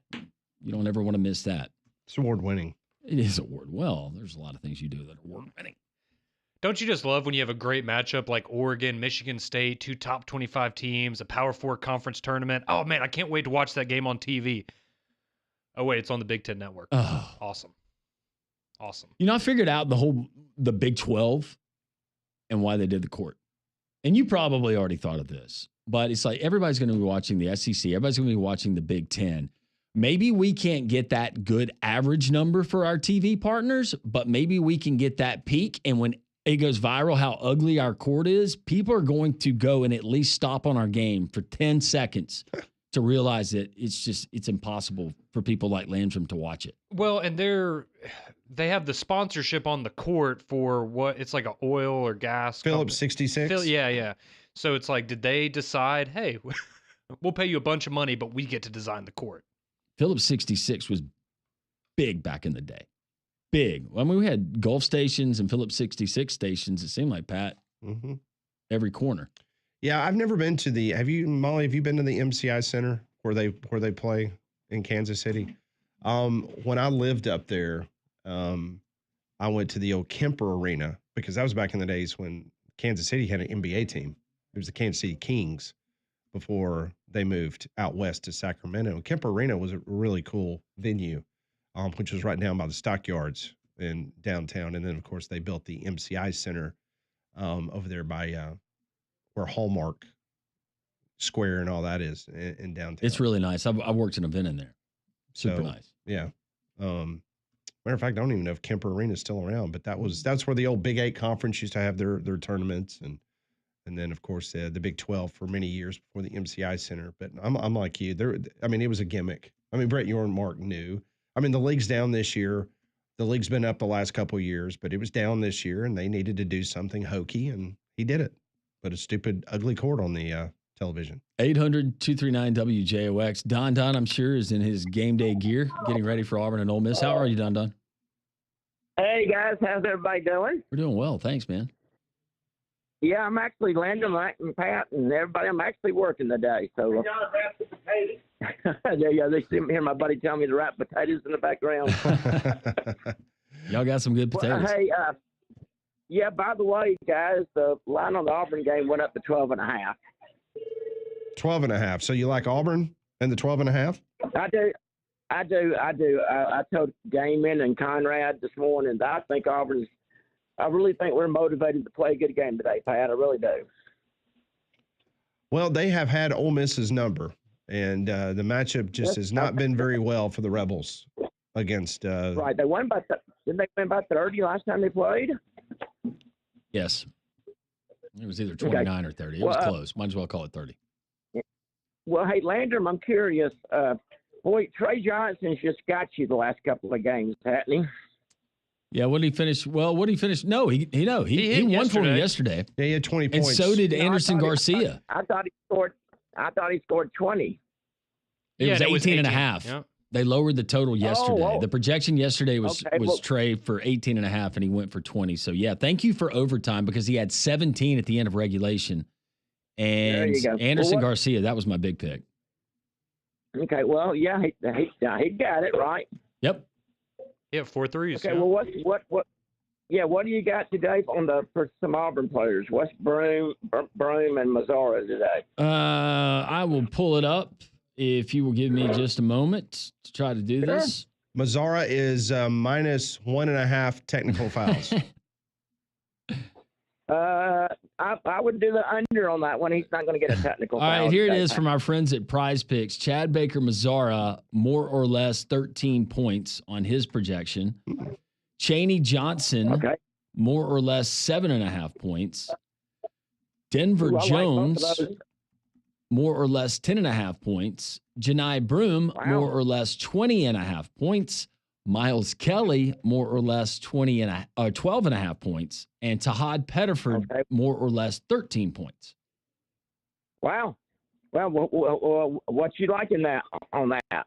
What do you like? I want to ask you because I'll ask Pat and Conrad and Molly their opinions. Hey, you might not want to take my advice, Landon. Pat will tell you that. Okay. I just always fade Don. Whatever Don says, I fade. I'm feeling really lucky today, Don. All right. So who do you like out of all of those? Which one piqued your interest? I like Chad. Of all of them that you told me, I like Chad Baker Mazzara the most. We're going Chad Baker Mazzara more than 13 points today. I'm going to do that, and I will go. Who's that last one? Is it Pettiford Kelly? Oh, what the heck! I'll go Janai Broome. Well, and I like Chaney Johnson. I like Chaney Johnson on the 7.5 too. Okay. All right, you like that? Well, I haven't fired in yet, but those are my options. But yeah, Don, we appreciate you calling in and hope to see you very soon. Prize Picks, as Don just told you, you can download the app. You can enter promo code WJOX. Your first play, a $5 play, win or lose, you're going to get $50 kicked back instantly. So download the Prize Picks app. WJOX is the promo code, $5 play, $50 back instantly. Prize Picks, it's a great way to win up to 1,000 times your money. Just guess correctly on 2 or more player projections like I just gave you examples of today. Prize Picks, we appreciate their partnership. 1-800-239-WJOX. That's the number that Don called in. Let's go back to the phones now here on Jocks. Hey, BB. Hey. How you feeling? This has been a rough one. I'm finally turning the corner, but it's these last 4 or 5 days have really been awful. Is it just sinuses, or do you think it might be the big C? Oh no, it's not the C. Okay. It's just I never get a head cold. It just goes right into a sinus infection, and if I don't nab it early, if I don't grab it right away and get some, get medicine and knock it out, it'll go into a bronchitis. So. This is my sultry Lauren Bacall voice that I get when I have a solo. It's good. Sounds very good. But I just wanted to say I love this time of year with these tournaments. I never used to be a basketball fan, but I am so hooked. And there's just one really immense downside to all this stuff. I don't get a flipping thing done. I am so behind on anything that I need to be working on and stuff I need to be handling around the house and things I want to get done for my own self. Okay. Anyway, that was my big downside from. Sorry, you caught me. I got you on the phone, and then I ended up. You have to tell us what you're buying. What are you buying us? It's just decaf coffee, you know me. It's nothing special. It's decaf. But yeah. I did have an idea for Conrad's next challenge. Oh, love it. I think. Can you teach him to change a tire? No, I can't do that. Sorry. Okay. Neither can he. There's another one, Conrad. Congratulations. I think that Molly and I should take him to Designer Shoe Warehouse and get him a pair of women's heels, and he should have to wear a pair of 3-inch women's heels for one work day. And preferably it would be on a Tuesday when we'd be up at the Taco Terra. I think that is a great idea. That is the best idea I've heard in a long time.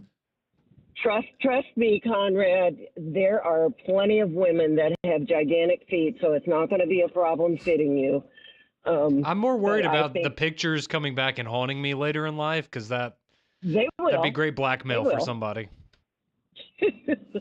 But I mean, I think you should have to experience what it's like for those of us who try to look really done up and, go through this pain all the time. Yeah, Conrad. See, why do I have to do it, though? Why can't Landrum and Pat? They don't know what that's like either. Yeah, I do. I go through it every day. Yeah, we're sympathetic. I 10 minutes exfoliating this morning. I mean, and I'll be fair. I won't put you in stilettos. I mean, I think it should be a. Well, he does that on Friday night. Make him wear some. No, I shouldn't say that. Never mind. And here's the other thing that is a must. It cannot be a platform shoe. It has to be your standard woman's high heel with a 3-inch heel, and it has to be closed-toed. No peekaboos and no sandals. Yeah, Thank you for saying that. Yeah, we see his feet enough. It's disgusting. Exactly, and I think it's all because of the fact that we put up with all the foot stuff. Yep. That this could be great. What color heels do you think for Conrad? Oh, I think if we can find like canary yellow. Yeah. Or, yes, that would be fantastic. Or yes. My favorite would be if we could land some animal print. Oh, and, we could get him a little clutch bag to go along with it, and he could walk around with that. He carries a man purse sometimes around the office. So, well, there you go. But just one day. I do not. I mean, it could be. And then you would probably have to go home and soak your feet for at least 2. I was going to go ahead and beat you to it. I was going to say I'd go to DSW in between games today and go ahead and get this done. But I've already purchased things that people already associate with me this week that have nothing to do with me. So that's the last thing I want is be buying heels. No, he has to be along so we can fit him. And I think Molly and I could take him and find him a nice pair that would be suitable. Yeah, Molly would be more than happy to. Yep. But anyway, I just really enjoy your coverage, and I'm glad to be on the mend. I should be back next week at Taco Tuesday. Don's not going to be there, so I'm in charge. That's right. Yes. So I expect expect all the constituents to show up. We need to plan his birthday party for the 25th, so let's get that done while he's out of town, and we will have a great time. I'm actually going to bring some new people with me. I just got a great idea for his birthday. We can incorporate Conrad in the heels. And he sings Happy Birthday. Jumping out. And he's Marilyn Monroe, and he's singing Happy Birthday to Don Don. Happy birthday. I think Don it's just Don. Do I have to call him Mr. Great. President? I mean, Mr. Mayor. You might. And just to make it splashy, I will throw in a feather boa. And some bangles. Nice. You got to accessorize him with some bangles. Bangles Yeah. but no wig. Wigs are too hot. No, he doesn't need a wig. Yeah, it looked weird with his No, beard. just the boa. Yes. And it's just good, and then we'll tell you which appropriate T-shirt you need to wear for that day. Yes. Thank you. That's very I'm thinking kind. halter top. Yeah, halter top with some leggings. Or leggings. I don't know. That might be too much, Landon. It just might put me over the edge. Okay. Well, BB, get to feeling better. Thanks for calling, BB. Yes, I miss you guys, and I will see you next week. Miss Have you a too, great girl. weekend. See ya. All right. Thanks, BB, joining us. He's on the DSW side in the other room right now. You can't dodge it. Conrad's on the DSW side. I can see it through the glass. Even our well-meaning, good-hearted listeners, they want to continue with this. It's Yes. because Conrad, Well, Molly, what he's is great the, with it. What is the update? Has the poll question from yesterday, has it officially ended? I mean, this is about Conrad. This is the Surstroming. What have the people of Three Man Front, what have they said about another challenge for Conrad? What have they said? Well, it has ended, and I have some breaking news for you, Conrad. Play the breaking news sounder, Conrad. Play it. I want to hear it. There it is. All right, let's go to the Three Man Front breaking news desk where Molly Robinson is standing by right now in her ponytail, ready to give us the very latest. The people have spoken. So if you missed it, yesterday's poll was, after seeing the video from yesterday, should Conrad have to do the Surstroming challenge all over again? Yes, he cannot get it because he couldn't get the can fully open, or no, because that poor boy has been through enough. And we have the final result. The winner from yesterday is, yes, he couldn't get the can fully open. Yeah. Gotta do it again. Justice. 57.3%. That's right. The people have spoken, Conrad. We will purchase the Surstroming. The good news for you is that we will not let it sit for 6 months like we did this last time. So we'll be fresh. Conrad, your burners weren't enough. I'm sorry. Sorry, buddy. I'll do it in the heels. We're doing it again. Oh, so you're going to do it in the Canary Hills? Yeah. And the boa. And the Merce. Did you hear that, BB? You heard that. So this is going to be a really cool video series. I can just see it now. Like BB and Molly takes Conrad shopping. Mm-hmm. Oh, yeah, that'd be fun. Oh, yes. That's perfect. You have a little girls' day. Yeah. Right? Get your nails did. Yeah, we can get Manny and Petty. Yep. Yes. Go and have a light lunch. Of course. Maybe a salad. Maybe a light salad. Maybe a sandwich that doesn't have crust on it. Cut into little squares. Yeah. Oh, this will be fun. It just doesn't sound like something that I'm going to do personally. A spritzer? That would be Paige great. can come. That doesn't make this any better, but thank you for the offer, Molly. All right, we're 10 minutes away Paige from can come hang out Auburn. with us, watch ball. Yeah. Tip off, 10 minutes away over on Jocks 2 100.5. We'll keep you updated right here on Jocks 94.5.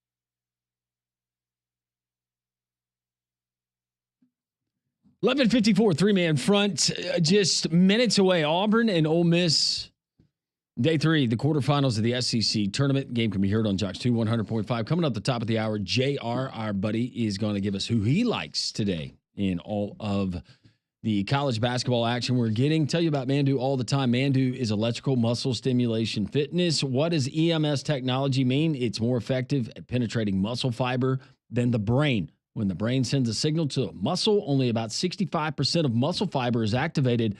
By contrast, the external EMS stimulus penetrates nearly 100% of muscle tissue. This produces a workout that is simultaneously ultra low impact and incredibly effective. So saying all of that, if you have no idea what I'm talking about, Mandu, if you want to feel better, if you want to lose weight, you want to add muscle, 15-minute workout because of that technology. You go into Mandu, your first visit is free. They'll put you through the workout. The suit kind of looks like a wetsuit, and they're going to hook you up to a machine that sends electric pulses to various parts of your body. It's not super invasive. It's not going to hurt you, but the 15 minutes, it's the equivalent to 6 to 8 hours in the gym. Mandu in downtown Homewood, MANDUU.com. Make sure you tell them Landrum from Jocks 94.5 sent you. So this might not be anything at all. I'm not trying to read anything into it. I'm just going to read you the tweet from Nathan King. Chris Moore is starting in place of Chris Baker-Mazzara today in Auburn's matchup against Ole Miss. Now, Chad Baker-Mazzara has come off the bench numerous times, so I'm not insinuating that perhaps it's a disciplinary situation, but just something to keep your eye on at the beginning of the game and see if Chad Baker-Mazzara gets in the game, or perhaps Bruce Pearl had some internal discussions and maybe he is suspended for the first half. Yeah. I mean, again, that's just a speculation. No, but it's not fair. reporting that, but Chris Moore starting over Chad Baker-Mazzara. Now, Chris Moore is a guy who's a veteran player. He's been with 5 years in the program, and it might be Bruce Pearl just saying, hey, you're a senior. You've earned it. We're going to put you out there. But it would not shock me. No, that's not out of left field. If you said, hey, you know what? Sit over here. Mm-hmm. Come into the game. Let's see if this maybe changes up things. Yeah. So this was what it's going to be like if you get kicked out of another game, Chad. Yeah, pretty much. Cheddar. They call him. They're not calling him Cheddar. Cheddar bacon lasagna. Posey that gave us cheddar bacon lasagna was one of the best non-actual names of a basketball player or sports individual I've ever heard. So we're about 5 minutes away from tip-off. That game can be heard over on Jocks 2 100.5. We'll do some listen-ins throughout the show. This is Three-Man Front on Jocks 94.5.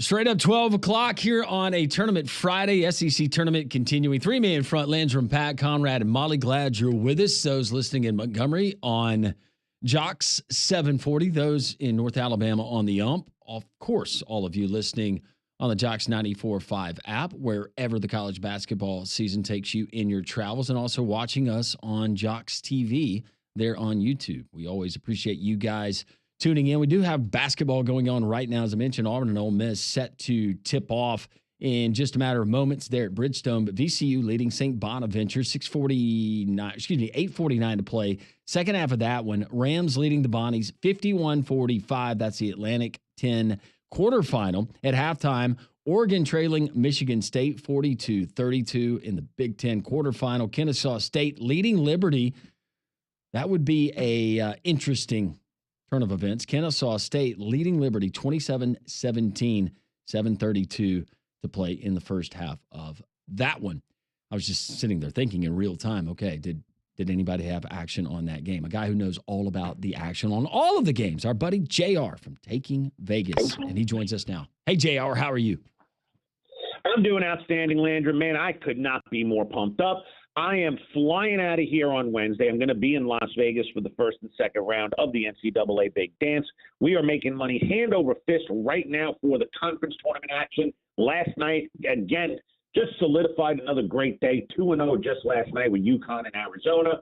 And I've got news for you guys. Got a big, and I mean big move happening today on this Alabama-Kentucky game. And I'm going to give it out right now. Anyone that wants this winner, it is absolutely free. All you got to do is dial that number, and it's on the recorded line. That number is 888-9-WIN-NOW. That's 888-994-6669. You dial that number, and I'm giving you the winner absolutely free. No hassles, no strings attached, no hype, none of that.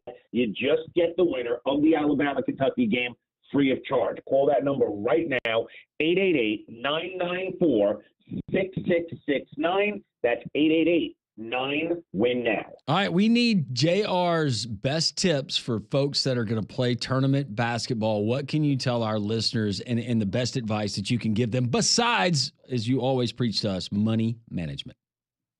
Yeah, you know what, guys? I mean, I am right now utilizing the progression style, and I know we always talk about progression, but normally it's like a block of games. I would wait. We've talked about usually 5 or 7 or even 10 games at a time before increasing your bet.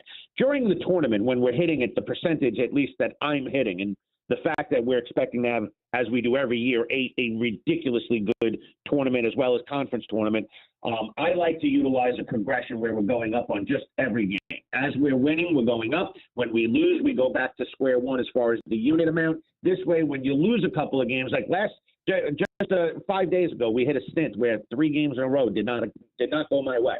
I mean, I lose just like everybody else, but we win a lot more than we lose. But when we lose, we were only losing a single unit. So, for instance, I'm hitting right now about 72%, right, for my top plays throughout the season in college basketball. Now, that does not mean I'm just going to go, 3-1, 2-1, 3-1, 3-1. It's not going to land like that. We're going to hit 5, 6, 7 in a row, and we're going to lose sometimes 2 or 3 in a row. So when you're making your run, you want to make, by adding some money, some type of progression, whether it's 25, 50, or 100% to every bet that you make, and never going all in, obviously, so that when you hit 4 or 5 in a row, instead of picking up 4 units or 5 units, you're actually picking up 15 or 20 units. And when you lose, you're only losing 1 unit at a time. So that's really the best advice I can give is if you're not going to deal with an expert, and you should, but you got to deal with the right people. I mean, over here at Taking Vegas, we've been doing this forever. I have the experience. I've got the strategies that actually work, and we've got the best games in the business. So, when it comes down to it, if you're not going to use an expert, put pen to paper. Come up with a strategy that actually makes sense, and then make sure that you utilize it and be disciplined in the manner in which you use it, and change your unit daily through the tournament, not game by game. JR, as far as the public, folks like us and our listeners that they play casually and they bet money, maybe not throughout the year, but they do it for events like the Super Bowl and the Final Four and conference tournaments. what does that look like with the amount that they get, just to say for the NCAA tournament that Vegas does, as opposed to any other time of the year when the college basketball season's going on? Yeah, great question. You know what? That's exactly right there. That's the reason I'm going to Vegas, right? And I go every year.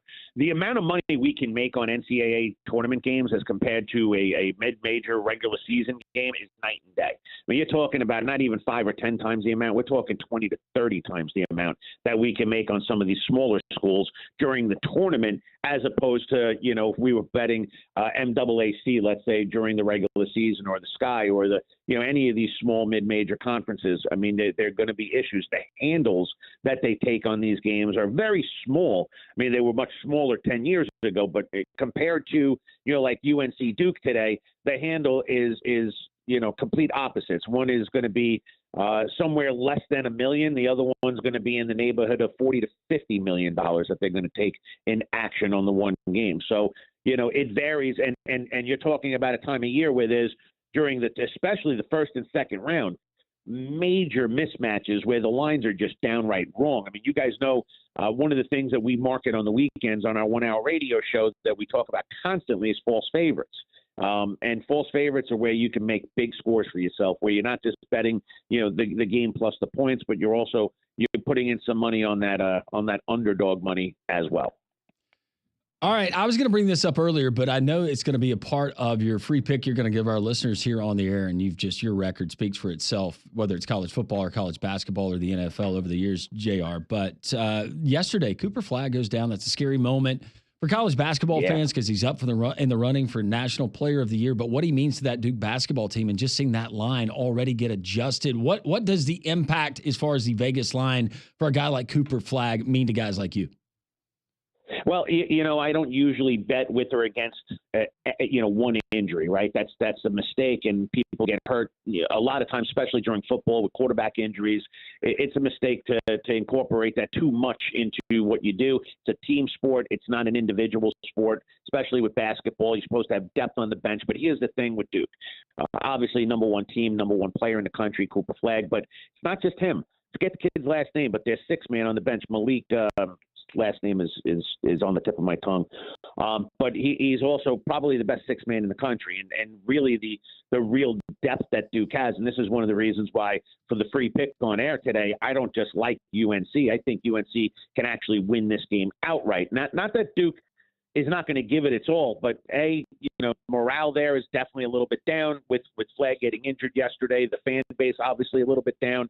Not the same coach that it was 3 years ago. So it's a different animal. And now UNC, I wouldn't call them a bubble team. I think they're in regardless. But, obviously beating Duke would really solidify their resume and be able to put them in. So I don't just like it. I think they can win this game outright. It's a nice false favorite. We could use that name on it for, again, North Carolina, not only to cover this 6.5 now. I mean, before we were speaking, not more than a half hour ago, the line was 7.5. Now it's down to 6.5. But really like North Carolina in this spot. Really like them to not just get the cover, but to get the win. But guys, I'm going to tell you right now, I do really truly love this matchup between Kentucky and Alabama.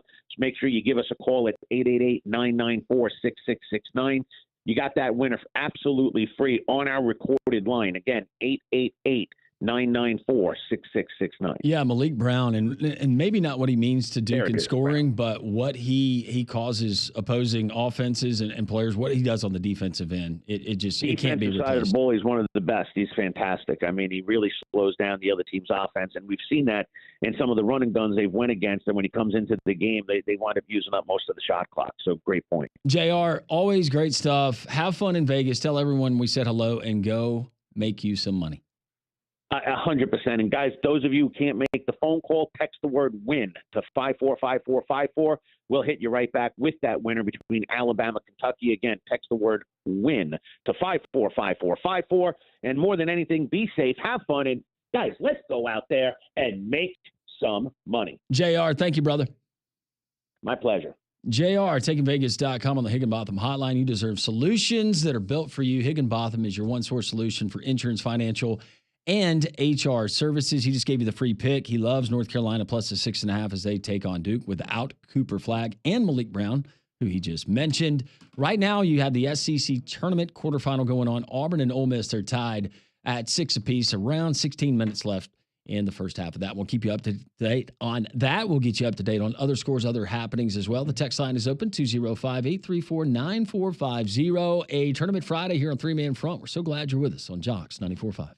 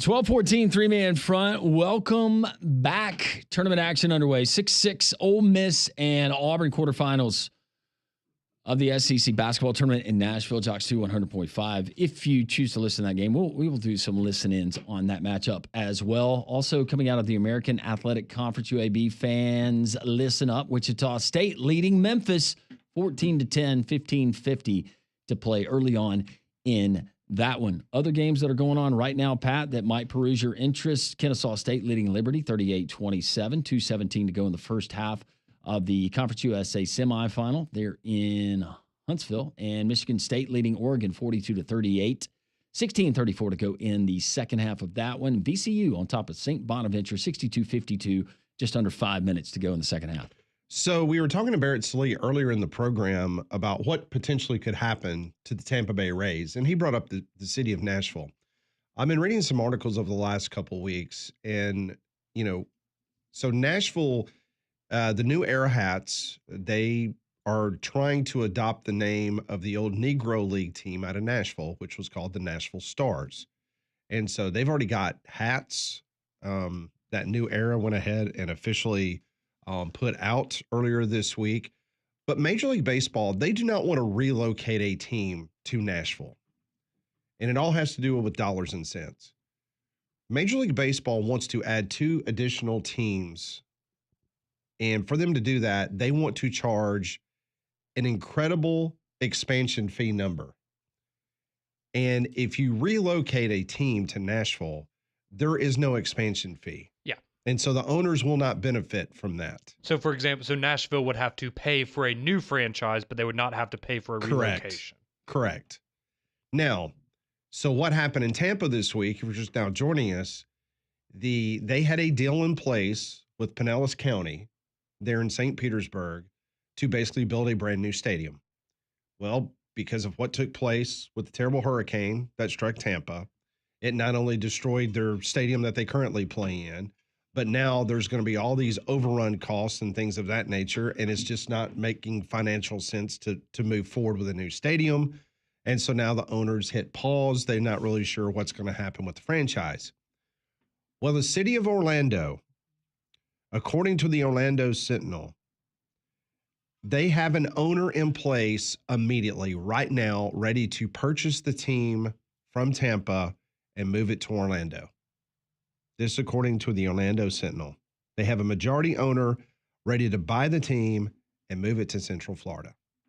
Now, whether the Rays ownership group is interested in that, whether they will be able to profit off that, or they would like to sell maybe half of the team and they still moves to Orlando, whatever the case may be. But that's pretty significant that somebody, according to the newspaper, is ready to put their name and their checkbook on the line and move the team from Tampa. And what would that cost if you were ready to do that? If you had a majority owner, roughly? I would assume off the top of my head that the Rays are one of the least valuable franchises in Major League Baseball. So what the team is worth and what you could get on the open market are 2 different things. Conrad, do you see what Tampa is worth?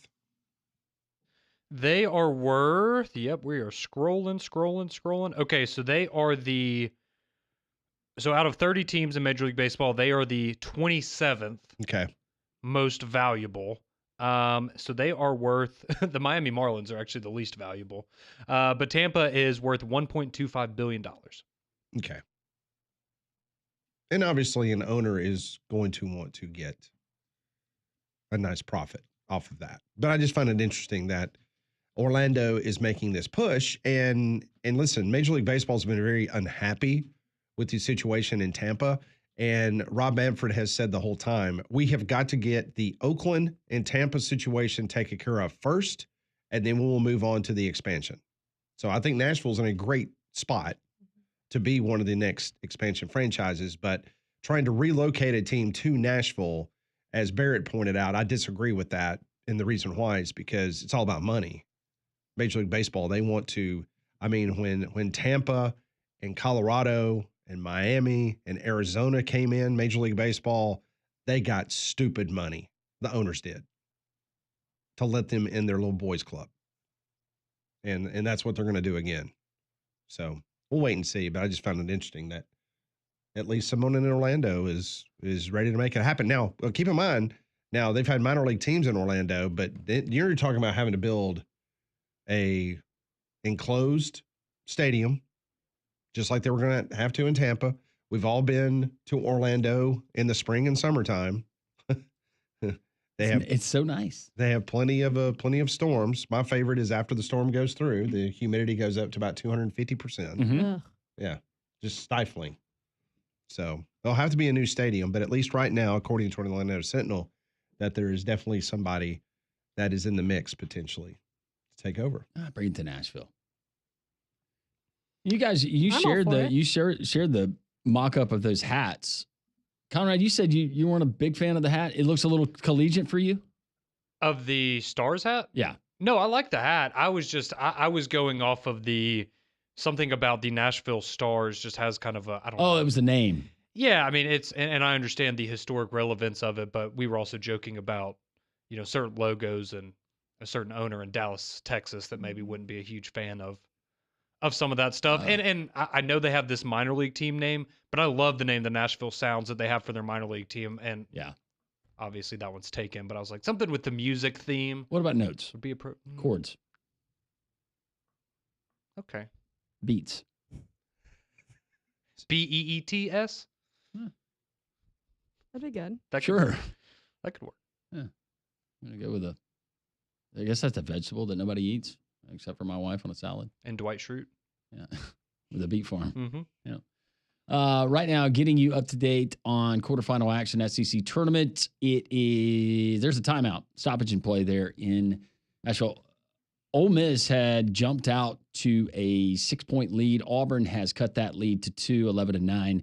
There in the first half of that one as we keep you updated on everything going on. Alabama, of course, that's going to be the late game tonight as they take on Kentucky. UAB also, they're going to be taking on East Carolina, who won their game yesterday, 8 o'clock, but you can hear the game on Jocks 2 100.5 with Pat Smith, voice of the Blazers, David Crane, and all of that pregame fun starting at 7:30. It will be a lot of fun. Yeah, get ready to stay up for a late night, though, especially if any of these games go to overtime or, heaven forbid, double overtime like we got yesterday with Texas and A&M. While the game was awesome, and I think we were all a big fan of that, just be prepared to might have to stay up a bit tonight if you want to watch Alabama and UAB in their entirety. It is going to be a weather-aware weekend, and I've been telling you for some time about Golston Tree Service. Please write this number down, 205-337-4018. Golston Tree Service, they provide 24-hour emergency storm work. Hopefully you will not have any trees down or limbs on your roof or other issues on your property. But if you do, Golston Tree Service is ready to help you immediately. 205-337-4018. They have a certified arborist that runs the company. They've been around for 35 years. They know what they're doing. They know what they're talking about when they come, and they can give you an assessment and give you some advice on what you need to do with your home and with those trees on your property. So remember, 205-337-4018. That's Golston Tree Service. Nate Oates getting his team ready for the Kentucky Wildcats later tonight. This is what Nate Oates had to say about his Tide playing in the quarterfinals. We're looking forward to playing well in the SEC tournament. We've won it twice since I've been here, so we're I think we're prepared. I think we're as healthy as we've can be. Obviously, we got a couple guys out for the year, but the guys that Grant would be the one. He kind of missed practice going into Auburn, but if he can play like he did against Auburn, I think he looked pretty healthy that game. So, if we can get Grant Darion back at full strength and helping us, we'll be in great shape to try to win 3 in a row. And they're all good teams, but we're used to playing good teams, with the stretch that we ended the season with. That was Nate Oates. And I was just going to say, I know we've talked a lot about Darion Reed, and he kind of mentioned it there. He's listed as questionable for the game today. So that is an upgrade from where we've been for the last couple of weeks. So maybe don't expect him today necessarily, but that is a good sign for the NCAA tournament that he might be back. Sure is. More Nate Oates, and take a very close listen to his shot at another conference. During those last 7 games that were all top 25 opponents, we had more top 25 wins in our last 7 games than every ACC school did the entire season. We had more than, in those 7 games, than 55% of Power 4 or Big East schools did the whole year. So, we may not have ended up going 7-0 or 6-1, but I thought we had quality games, quality wins. Just had to throw that one. You're welcome, Jim Phillips. I love you, Jim, but you're spitting coffee all over your bathrobe this morning listening to that soundbite. Oh, good for Nate Oates. Nate Oates, not from the top rope. Yeah, bringing that up. How about Commissioner Sankey last night tweeting out the number 14, and then very small print on the graphic? It was about the SEC had 14 teams ranked in the top 25 this year, and then he also pointed out that 14 number may be relevant in the next couple days. Did Danny Cannell respond? I don't think so. But They've been getting along really well on social media lately. can we take a listen into the Auburn Network as the Auburn Tigers and the Ole Miss Rebels, a little over 11 minutes to go until halftime. This is courtesy of the Auburn Network, Jocks 2 100.5.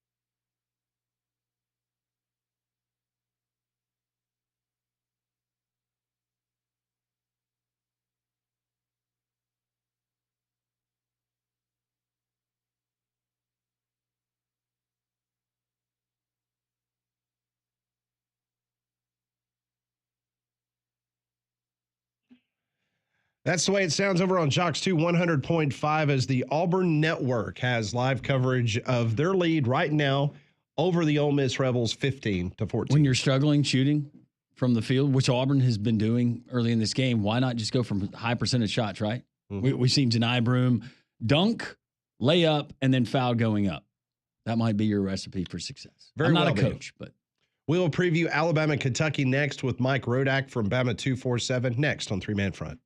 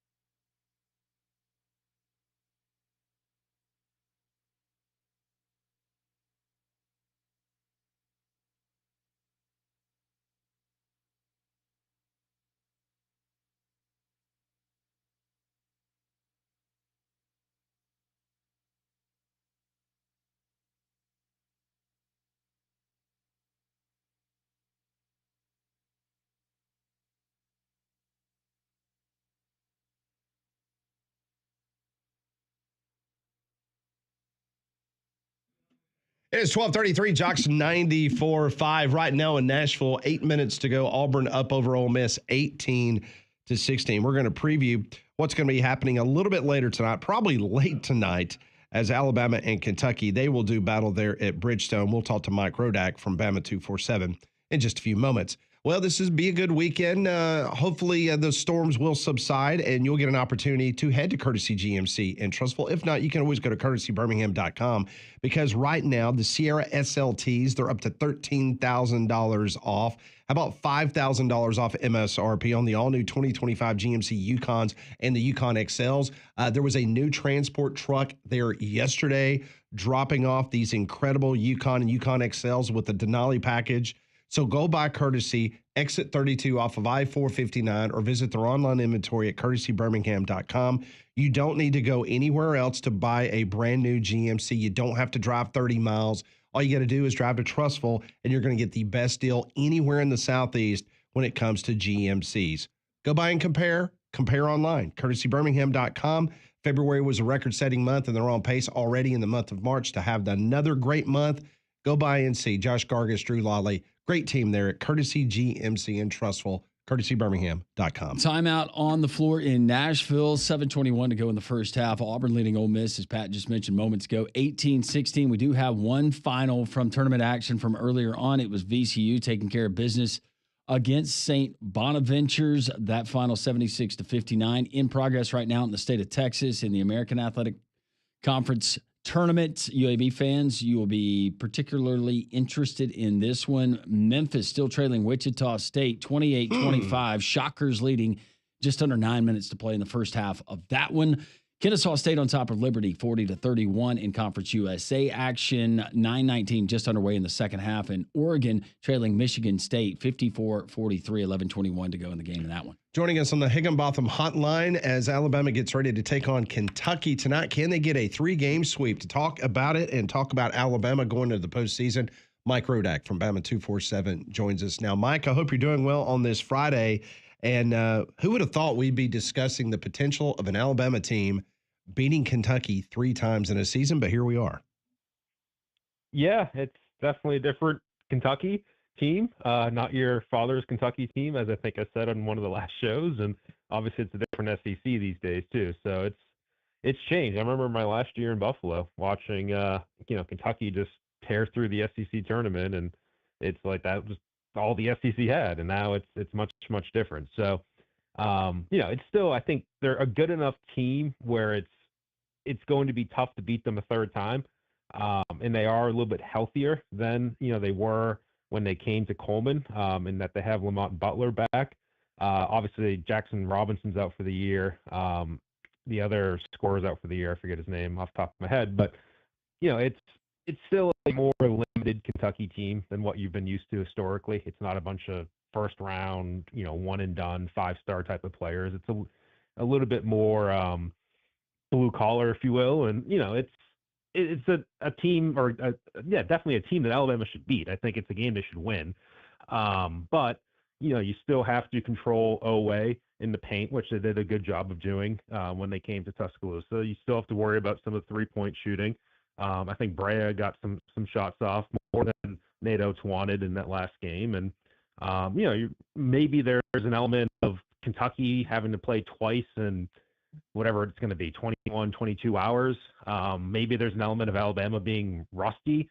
Maybe it's Alabama being well rested. We'll have to see how that all works out. But definitely a game they should win. If they don't win it, it's not the end of the world. But yeah, I'm sure we'll get into the seeding of the NCAA tournament in a second. But it's also not the end of the world if you lose this game and you're a 2 seed. I don't think that's devastating by any means either. Mike Rodak joining us from Bama 247. All of our guests join us on the Higginbotham hotline. You set me up perfectly because I'm going to ask you about seeding for the NCAA tournament. Alabama solidly a 2 seed. What, if anything, can Alabama do to maybe get on that top line? Yeah, I mean, I think if you get to Sunday, I would feel pretty good about being a 1 seed. Even if you play a tough game Saturday, well, I mean, more than likely it would be against Florida. Florida's your competition there, but it's look, one of the things I was thinking about this morning is, do you even want that if you have a scenario, and this is what I think Jerry Palm still has for CBS Sports. If you're the 2 seed in the East region and Duke is the 1 seed, and let's say Cooper Flagg might take a little while to get back from that ankle injury. Maybe he's not 100%. If you see them in the Elite Eight, you'd almost want to rather be that 2 seed facing the 1 seed Duke than being a 1 seed Alabama facing Tennessee or Florida or whoever it might be as a 2 seed in that Elite Eight. So again, it's maybe not a slam dunk like, all right, you got to get to the 1 line. That's a better situation, because sometimes it's matchup based. You could make the argument that Duke has played a softer schedule and maybe they're going to get exposed against the high-level SEC team. That's possible.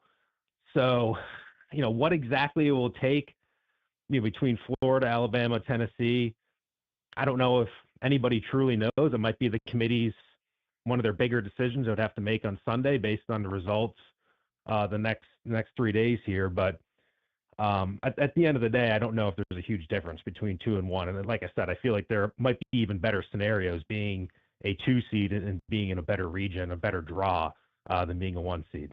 Mike, do you subscribe to the theory that the SEC's gauntlet, the way that this conference is, potentially going to get 14 teams in the big dance? Do you think that this season is going to wear down these teams as they head into other conferences in the NCAA tournament? Or you think it's going to give them the toughness and the edge to potentially get a record number of teams potentially in the Final Four? That's a good question. It's certainly a question I'm sure Greg Sankey will want to fall in the SEC's favor and have it be a case of we're all battle tested and, our overall records are just a function of having played each other and we're all going to be there in the end. I think that was kind of the hope for football this past season, and that just kind of fell apart, towards the end. Obviously injuries, the Carson Beck injury in football played a part in that. And maybe there's injury or health concerns that happen. I think Florida lost one of their better players last year in the SEC tournament to an injury, and you just don't know what's going to happen between now and in the Final Four health-wise. So I don't know. It's truly a good question to see how that shakes out. I can imagine if there are SEC teams that get bounced early, you can make the argument that they're just beat up. They're worn down. They played too many tough games throughout the course of the season.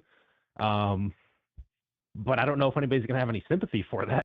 If you're a fan of a different conference or a school in a different conference, it's like, the SEC did this to themselves by having such a big, powerful conference. And there's an argument to be made if you'd rather kind of stay healthy and get loaded up and get ready for the postseason, go be a Gonzaga and then go play in a conference that's a lot lighter. And that's worked out for them too some years. So there's no easy answer to it, but I think it's a great question. I think it's going to be something that's really interesting to see play out. In Alabama's case, I think they have been pretty banged up throughout the course of the year. Maybe this break, 6 days without a game helps. And maybe if they do get bounced, you can make the argument that that's extra rest for them going into the NCAA tournament, but we'll see. That's the beauty of it. That's why this is March, and that's why we all watch. All right, so obviously Grant Nelson, Nate Oates, they need Grant Nelson to play like he did at Auburn if Alabama's going to make a deep tournament run. Mark Sears, obvious answer, but who is a guy who really needs to step up that you think could be instrumental in Alabama's title run? Yeah, I mean, there's a lot of choices there. And I think even Nate Oates maybe was on SEC Network last night, and I think he brought up Darren Stevenson. I think he's brought up Aiden Holloway, Mo Diabate as guys that need to step up in his mind. I'm going to throw out a different name. I think Chris Youngblood is a player that when he's hot as a shooter, they're really good because that adds that second guy alongside, well, really third guy if they have the Philon Sears Youngblood lineup, a third guy who can score. And I think the stat is when he scored 10 or more points, Alabama's been undefeated this year. And those games just look different. When he's 4 of 6 or 5 of 8 or whatever it is from the 3-point line, it's a different Alabama team. It feels different. Those games feel different. So if he can get going, I think that really helps kind of take some of that load off of Sears. But, it doesn't have to be him. I think if Aiden Holloway gets hot, you can kind of get the same result. I think, where Oates is talking more about Stevenson and Diabate, it's probably more the toughness, the grit, the defense. If those guys get in there and assert themselves and then do what they can do on that side of the ball, that makes a difference for Alabama too. Obviously, we saw that with Diabate last year in the tournament. So there's different ways to answer the question, but if Steers and Youngblood are both hitting from three, I think this team is really hard to beat. If it's just one of them, I think it's a different team. Mike, I know you're not a basketball coach, but you have covered this team and you've been around them a lot. And I want to ask you about Grant Nelson because it seemed like throughout the year, he had 2 or 3 games in a row where he was maybe a difference maker, including that game up in his home state. But for the most part, he's been MIA until the Auburn game. Any particular reason you think that he just has not had the season that Alabama or himself expected when he came back to T-Town? I think health is certainly a part of it. He's a guy that was banged up towards the end of last season. Even when he had that great game against North Carolina, he was pretty banged up. It was hip, groin, kind of that area that he had some issues and ended up having surgery on it after the season. And that's why he didn't really go into the draft, because he was getting some feedback that he potentially was going to be a second-round pick last year. But he wasn't going to be able to participate in the combine or do any of that stuff. And so that's the big reason why he decided to come back and play a 5th year. But he also didn't really have a full off season of, regular normal practice and training. And then I think throughout the year, there's been other things that have flared up with him. I want to say his calf has been one. Obviously, he had that hard fall in the Tennessee game late near the bench. And he's a guy that also has not practiced a whole lot this week. So it's kind of physically keeping him fresh, I think, is a big part of Grant Nelson, and being an older player, a 5th-year player, kind of managing the body, managing the load is a big part. But, he's also a guy I think came to Alabama wanting to be a better shooter. That was his big thing coming out of North Dakota State. It's like become a 3-point threat. And that's never really happened. And you do wonder, just is there kind of a mental letdown with him not being able to contribute in that way and kind of elevate himself to being a first-round pick, that's affecting it. I don't know for sure, but a player who, if he's healthy, if he's asserting himself, can be really good. But like you said, it's not always there with him. Mike Rodak, Bama 247, does a wonderful job, as you would expect. At Mike Rodak there on Twitter. Mike, we always appreciate the time. Thank you. Enjoy all the round ball. You got it, guys. Thank you. Mike Rodak joining us. All of our guests join us on the Higginbotham Hotline. You deserve solutions that are built for you. Higginbotham is your one-source solution for insurance, financial, and HR services. We appreciate Mike getting you up to date on what's going on there in Nashville inside of Bridgestone Arena. There's timeout on the floor. Auburn should have free throws coming back, 22-18. Auburn leading Ole Miss. But, Pat, this has not been a banner day if you're a shooting coach. No, especially if you're from Oxford, Mississippi, because right now you have made 6 of 22 shots. And if you're a math major, that comes to 27% from the field. Meanwhile, Auburn, they have not set the world on fire either. They're 8 of 21 for 38%. Auburn has hit 2 threes, so they're 2 out of 10. Ole Miss is 3 out of 13. So, but Auburn, as Landrum brought up earlier, they're just feeding the post, and they're getting to the free throw line. And that's been big for Auburn so far. They're 4 of 6 at the charity stripe. We'll keep you updated. Might even take a listen into the Auburn Network coming back. This is 3-Man Front on Jocks, 94.5.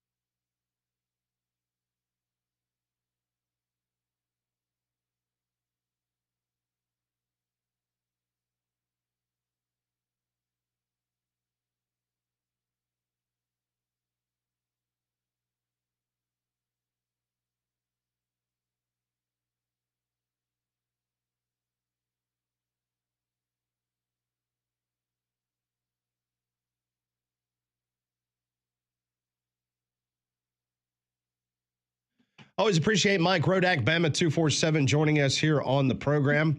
Pat Landrum, Molly Conrad, we're with you until 2 o'clock up to the Paul Feinbaum Show. We'll keep you updated what's going on up in Nashville. It's 27-18 Auburn, 2:46 to go until halftime. Well, Wallace State softball is currently in first place in the ACCC with a 4-0 conference record and a 20-5 overall record. They're going to play a 4-game series against Northeast Alabama this weekend, and Wallace State baseball plays 2 against Lawson State this weekend as they start to move into their conference schedule. For more information on the Wallace State-Hansville Lions, go visit them online at athletics.wallacestate.edu. Taking a look at the live line right now between Auburn and Ole Miss. It is currently 13. Now it's gone up to 14.5. Auburn is a 14.5 point favorite currently with the over-under of 138.5, which is down from a 155.5 at tip-off. Yeah, Auburn now with 4 steals in the game. Chaney Johnson just had one. He had a breakaway dunk, and it was contested there at the rim. But if you've ever made fun of Grant Nelson for missing a dunk, this was it was well challenged, but he did not hit rim. It went off the backboard and went out of bounds. Now, Jalen Murray, he had an incredible year last year. Did he not lead the team in scoring for Ole Miss? I mean, I remember him being very good. I don't remember. He only averages 10 points a game this year. Yeah. Maybe I'm thinking they've got of like someone 5 else. guys that average 10 or 11 points a game. Like they're very. Maybe it's just distributed more this year than it was last year. Yeah, because I think Padula was their leading scorer at maybe 13 or 14, and they have a bunch of guys at 10 or 11. Last year, Murray averaged 13.8. This year, so 10.8. Okay. Pretty for some consistent. For some reason, I thought he was even like higher than 16, 17. You're not happy with the return on investment you're getting from him this year? I don't invest in the basketball program. Oh, okay. It's only baseball and football. Because the basketball team doesn't wear the baby blues enough. So okay, that's fair. They're wearing the reds today. I knew they're going to lose when they came out with the reds. That might be the only uniform combination they haven't worn, and Auburn's beaten them twice. So maybe it was Chris Beard just trying to change things up. Possibly. I don't know. Probably right. 2:24 to go in the quarterfinal there in the SEC tournament. Auburn leading 27-20. And trying to see, Janai Broome is your game's leading scorer right now. But nobody else is really shooting it that great from the outside, especially Ole Miss. Auburn has been able to find some. Tahad Pettiford been able to do it. Auburn turns the ball over there, though. So just over 2 minutes, Auburn up by 7. Yeah, Broome has 9 points to lead Auburn. From a turnover standpoint, Auburn has turned it over 4 times. Ole Miss is very uncharacteristic. That's one thing that they've pretty much led the SEC in, is not turning the ball over, and they've already got 7 in the first half. Yeah, it's a tough way to beat the number 1 seed in your conference when you play like that. I do have some good news for you, though, Pat. Did the Cardinals win a spring training game? I don't know about that, but Michigan State is up by 9, 66-57 How does over that Oregon. help you? Does it help you? That's good. Yeah, I was good for Pat. So once again, I know we try to educate people on this. It is just uncanny how certain numbers end up. So the St. Bonaventure VCU game, 136.5. Okay. Landrum, you got math? Yeah. The final score was 76-59. What does that come to? 76-59 comes out to 135. 6. Yes. Wait. 76-59. That's 135. Yeah, you're right. Sorry. I was just trying to one-up you. He's You've been got one-upping me all week. He's got the over mountain education. You and I don't. That's right. Fish sticks on Blunt one side. County. Wapner. And Rain Man. So it was 135, right? Mm-hmm. It was 136.5. Oh, man. But I had the under. Oh, you did? Oh, well, there you go. See how crazy that is?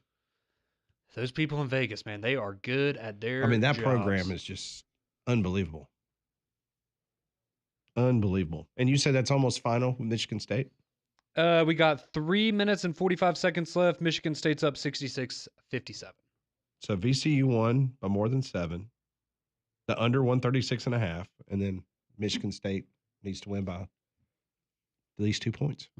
Looking good right now. Looking at Bruce Pearl right now, he looks like he was about to have an aneurysm just a minute ago. I don't know who he was yelling at. Looked like it might have been Chad Baker-Mazzara just on shot selection.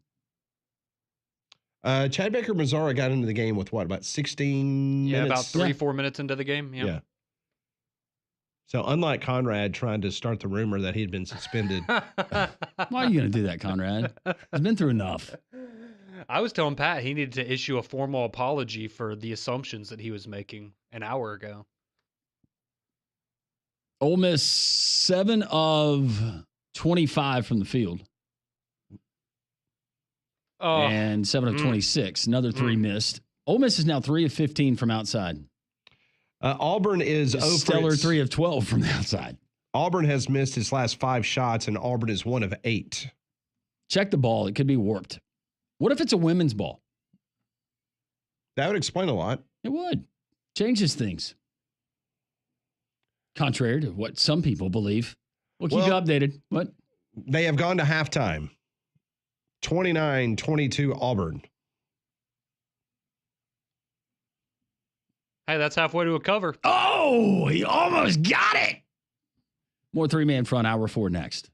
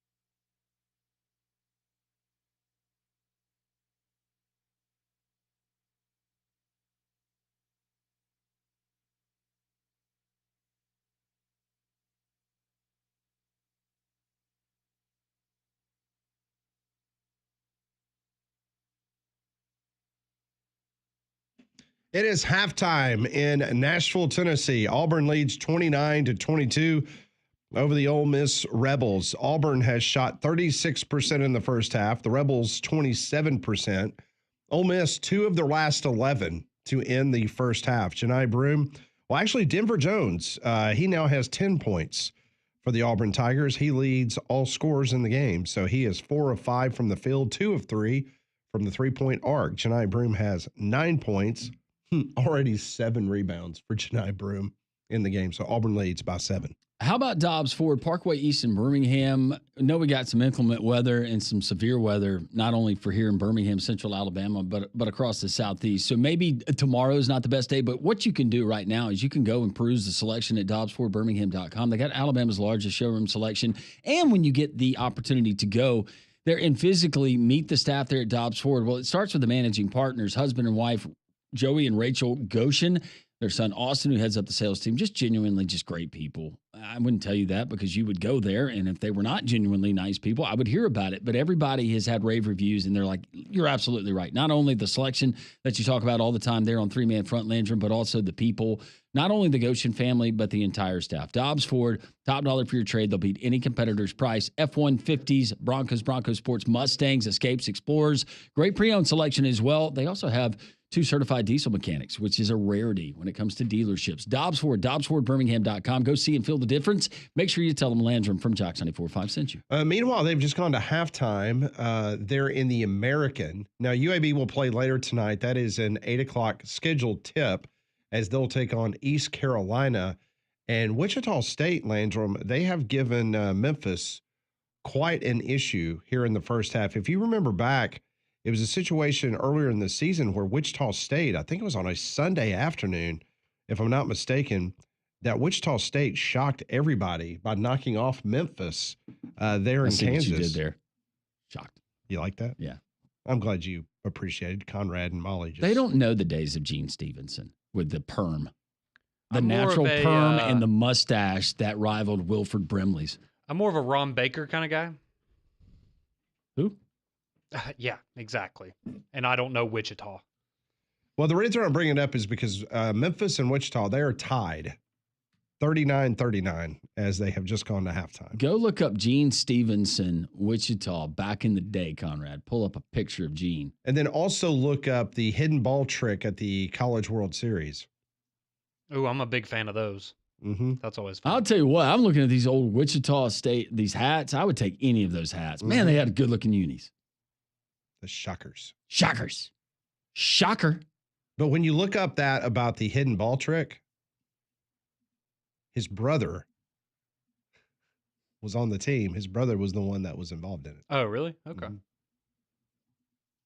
He was outstanding as a coach. It doesn't do it justice with all of the pictures that are not from like the 70s and the 80s.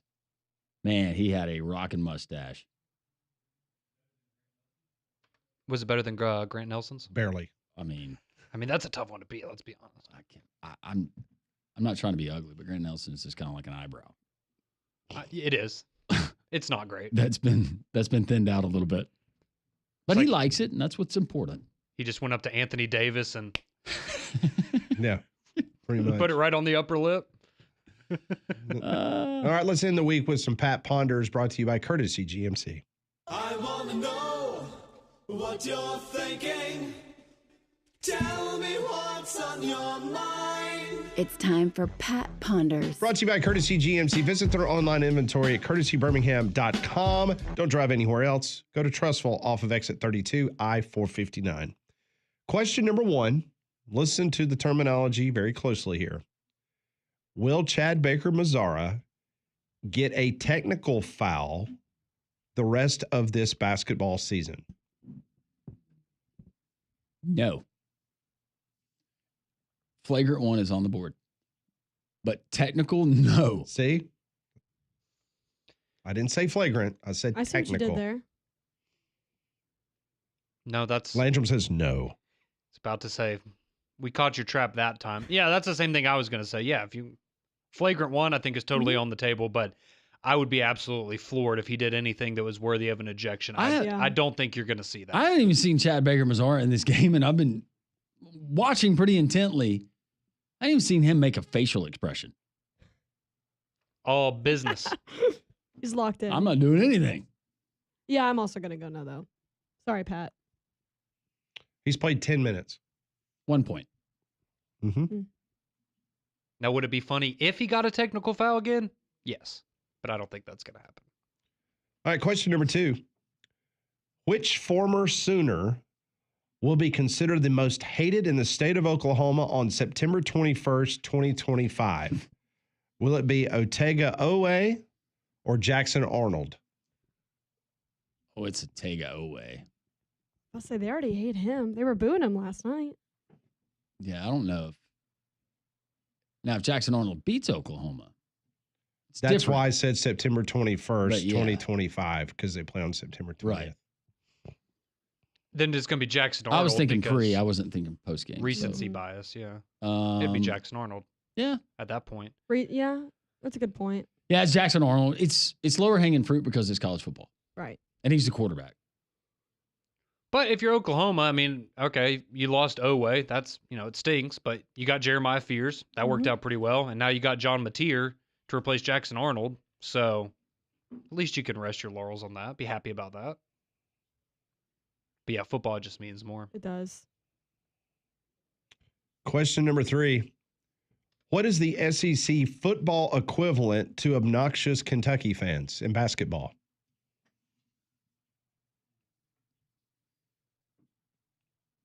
SEC? Yes. So the football equivalent of Kentucky basketball fans. Correct.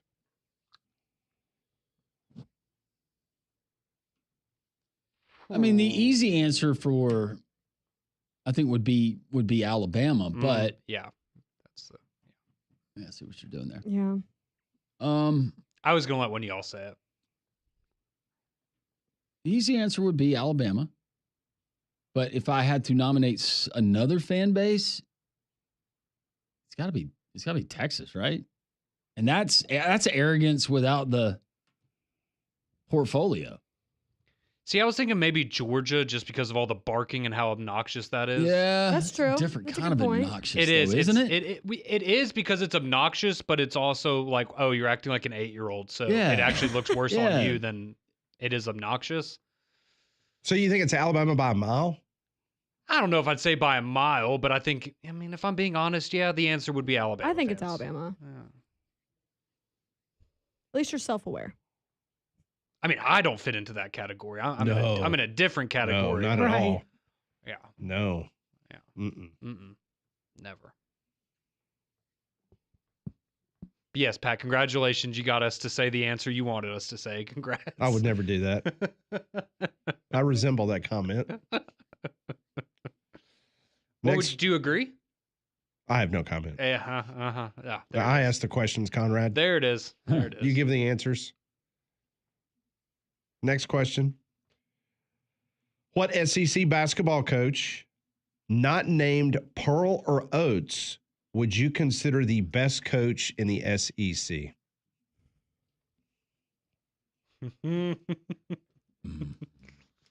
I'll let you go first, Landrum.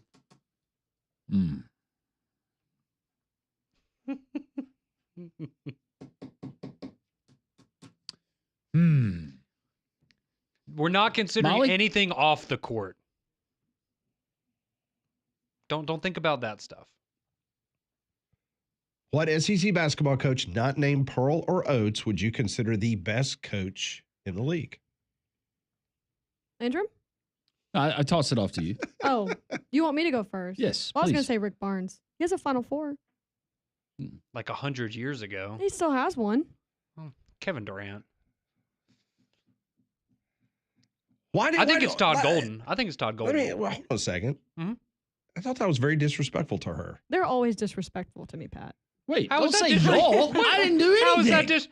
Oh, after everything that we've gone through the last 2 days, Hey, now man. we pull out the disrespect card. Hold on a second. Now Hold on a we've second. crossed a line. I Hold on a second. didn't think it was disrespectful. I don't remember during this segment when someone gives an answer that somebody automatically just takes a shot at them. And you What did you took- say? You I took wasn't a shot taking at a her. shot What did at he say, Molly. I Pat? was taking a Pat, shot what at did he Rick say? I Barnes. missed it. No, you're taking a shot at her answer. I was taking a shot at Rick Barnes.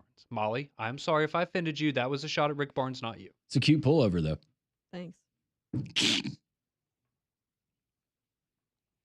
I thought Rick Barnes was actually a pretty good answer. It is a good answer. But Conrad didn't like he it, was though. discounting it because he said, well, Kevin Durant. That's why he's in the Final Four. It was disrespectful towards Tennessee and Mr. Barnes, not Why don't you go Porter Moser? Miss Robinson. What? Are you kidding? He took Loyola Chicago? Yeah, I mean, he's a good coach. Or are you going to give credit to Sister Jean? Or is that a combination? I think it's Todd Golden. You think it's Todd Golden? Yeah, right now. Okay. There's a lot of great options. There are a lot of great options. Including Rick Barnes. Great coach. Kevin Durant. I mean, come on. What has he done at Pat, Tennessee? and this could apply to a couple of coaches, but Conrad had said, just forget about stuff off the court. I would say Chris Beard. The guy's been to a Final Four. He did it with Texas Tech. Everywhere he's been, he has won at a high level. And the fact that he has Ole Miss relevant. Chris Beard. Blink twice if that's a cry for help.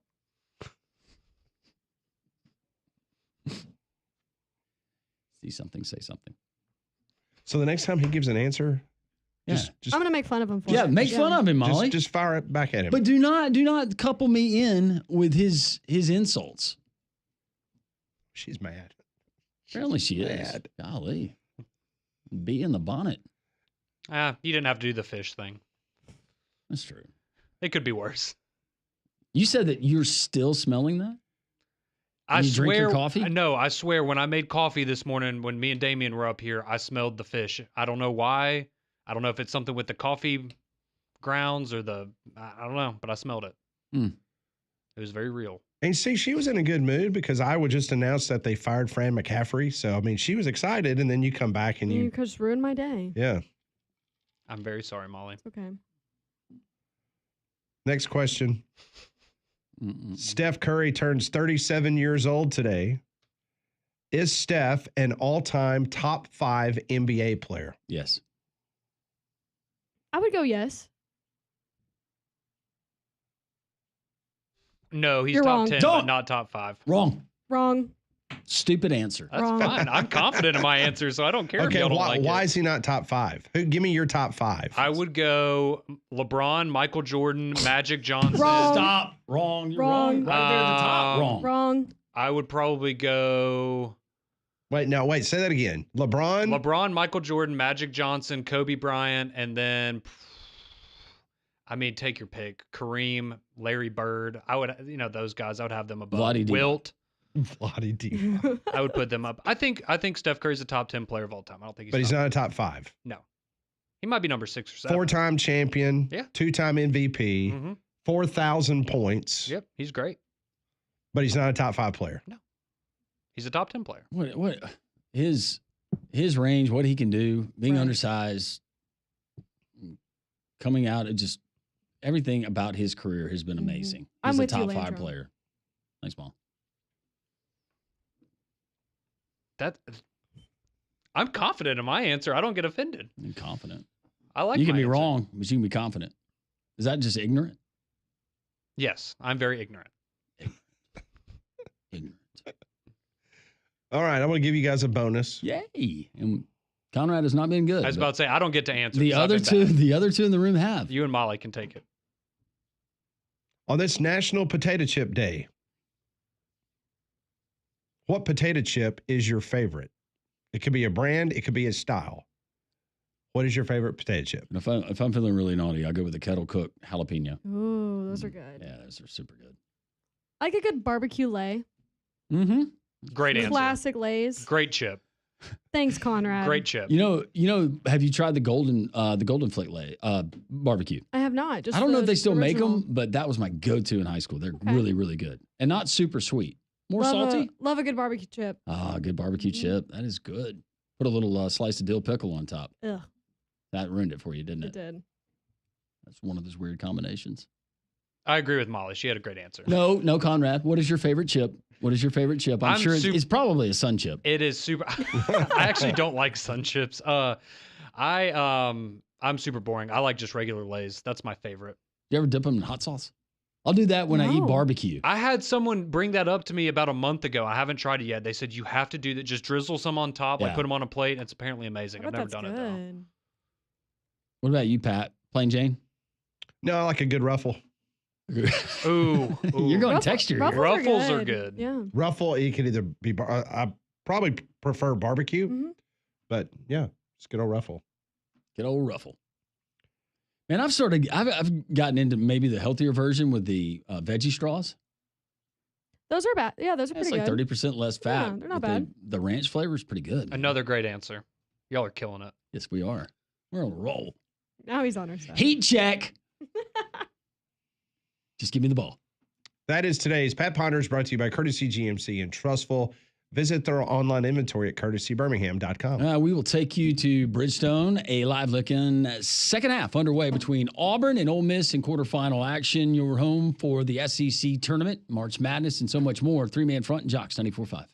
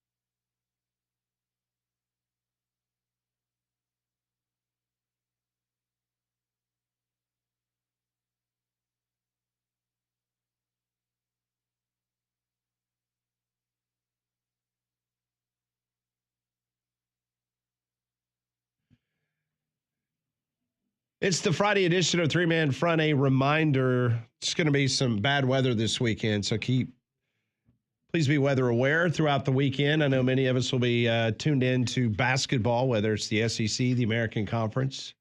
Just make sure that you have a weather radio or a source in case your power or anything like that goes out. But right now in Nashville Landrum, Auburn has an 8-point lead with 16 minutes to go in the ballgame. They do, Pat. It has not been the cleanest game on either side, but Auburn with the 8-point lead, and just giving you some stats. Auburn 4 of 13 from 3-point range. Ole Miss 3 of 15. Auburn 6 of 8. Ole Miss 5 of 7 from the free throw line. Auburn shooting 43% from the field. The Rebels 35.5%.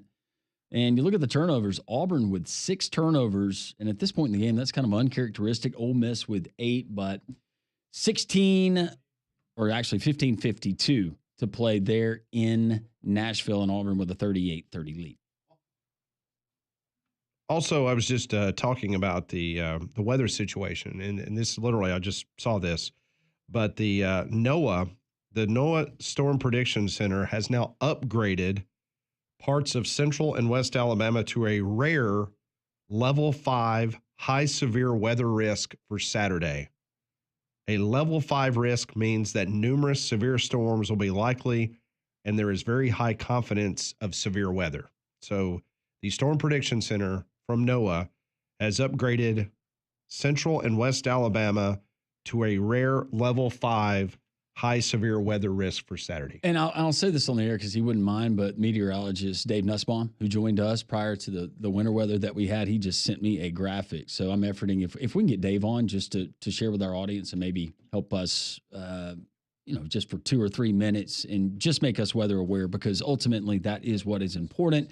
And we have seen too many times, unfortunately, here in the state of Alabama and the Deep South, what severe weather and the impact it can do. So stay tuned for that. We will effort that. We'll also do a live look-in at the SEC basketball tournament with the Auburn Tigers and the Auburn Network. We're your home for it right here on Jocks 94.5. Coming up tonight on Jocks 2, 100.5, a broadcast that Pat Smith's going to be a part of. It's the American Athletic Conference Tournament.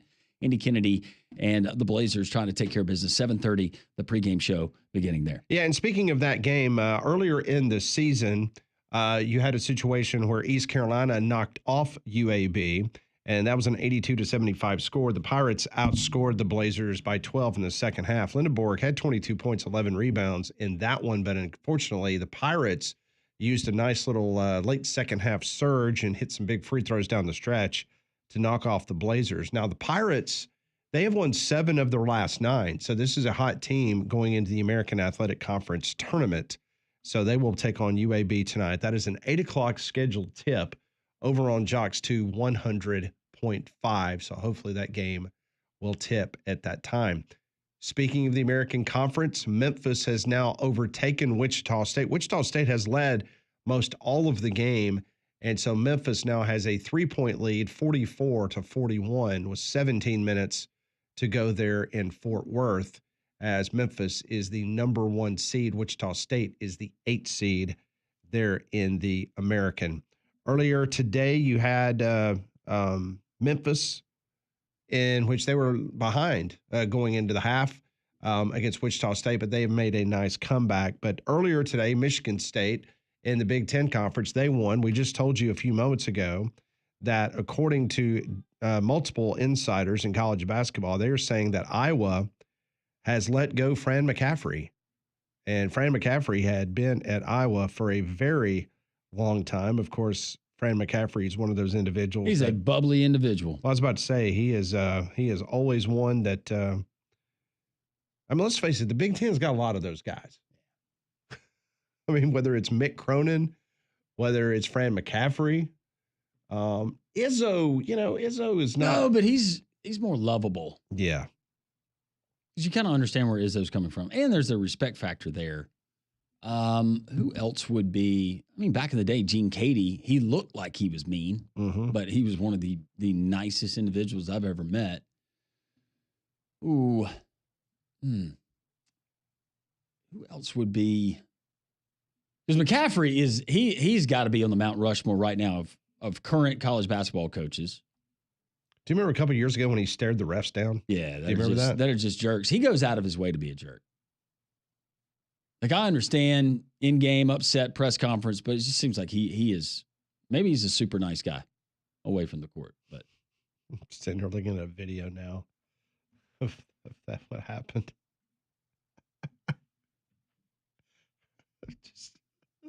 That's classic. And get the stare the down. official go, and he walked up to him toe to toe. I guess he's like, well, if he hits me here, everybody will have it on tape. So 15 years, he was the head coach at Iowa. He's only one of few people outside of, which is kind of surprising you think about it, because they've let Kirk Ferentz stick around as long as he has. You know what I'm saying? Yeah.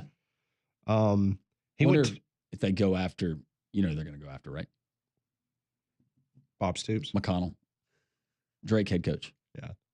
I was joking because. Oh, I know. Yeah. Because back in the old days, everybody would say Bob Stoops because Bob has played at Iowa. 15 seasons, 7 NCAA tournaments. In his 15 years, he's the school's all-time leader in wins with 297. And he leaves with a 17-16 record this year as they lost last night to Illinois. Cheddar bacon lasagna for 3, 41-33. Auburn leading 14.5. That's his name now for me. Sorry. And I don't mean it out of disrespect. I just think it's. Well, let's take a little listen to our friends over at the Auburn Network, which you can hear right now on Jocks 2 100.5.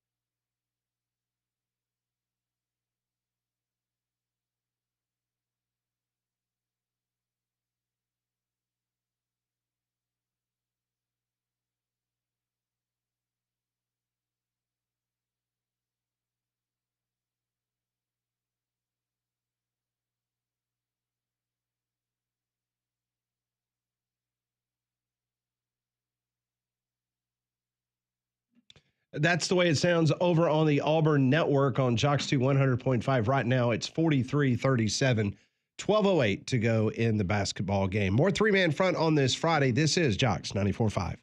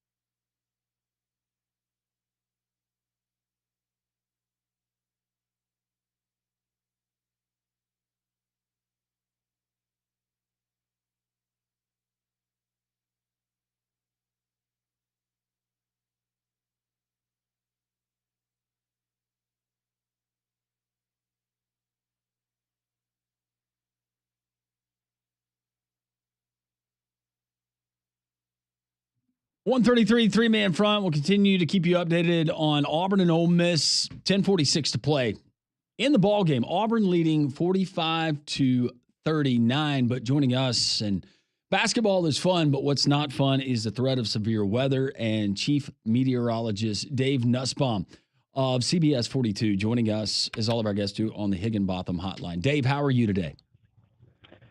Doing all right today, but cautiously waiting for tomorrow. Okay, so as far as tonight goes, are we pretty much in the clear this evening, Dave? And then tomorrow is when we should really be paying very close attention? Yes, so we're going to have 2 rounds of severe weather. The first round will occur probably close to 10, 11 o'clock tonight, with storms moving into Alabama overnight into tomorrow morning. This will be a round where we could see some damaging winds, maybe some hail, possibility of a tornado, mainly over the western part of Alabama, so really I-65 to the west. Then we're going to have maybe a little lull midday tomorrow before we really need to pay attention to the weather tomorrow.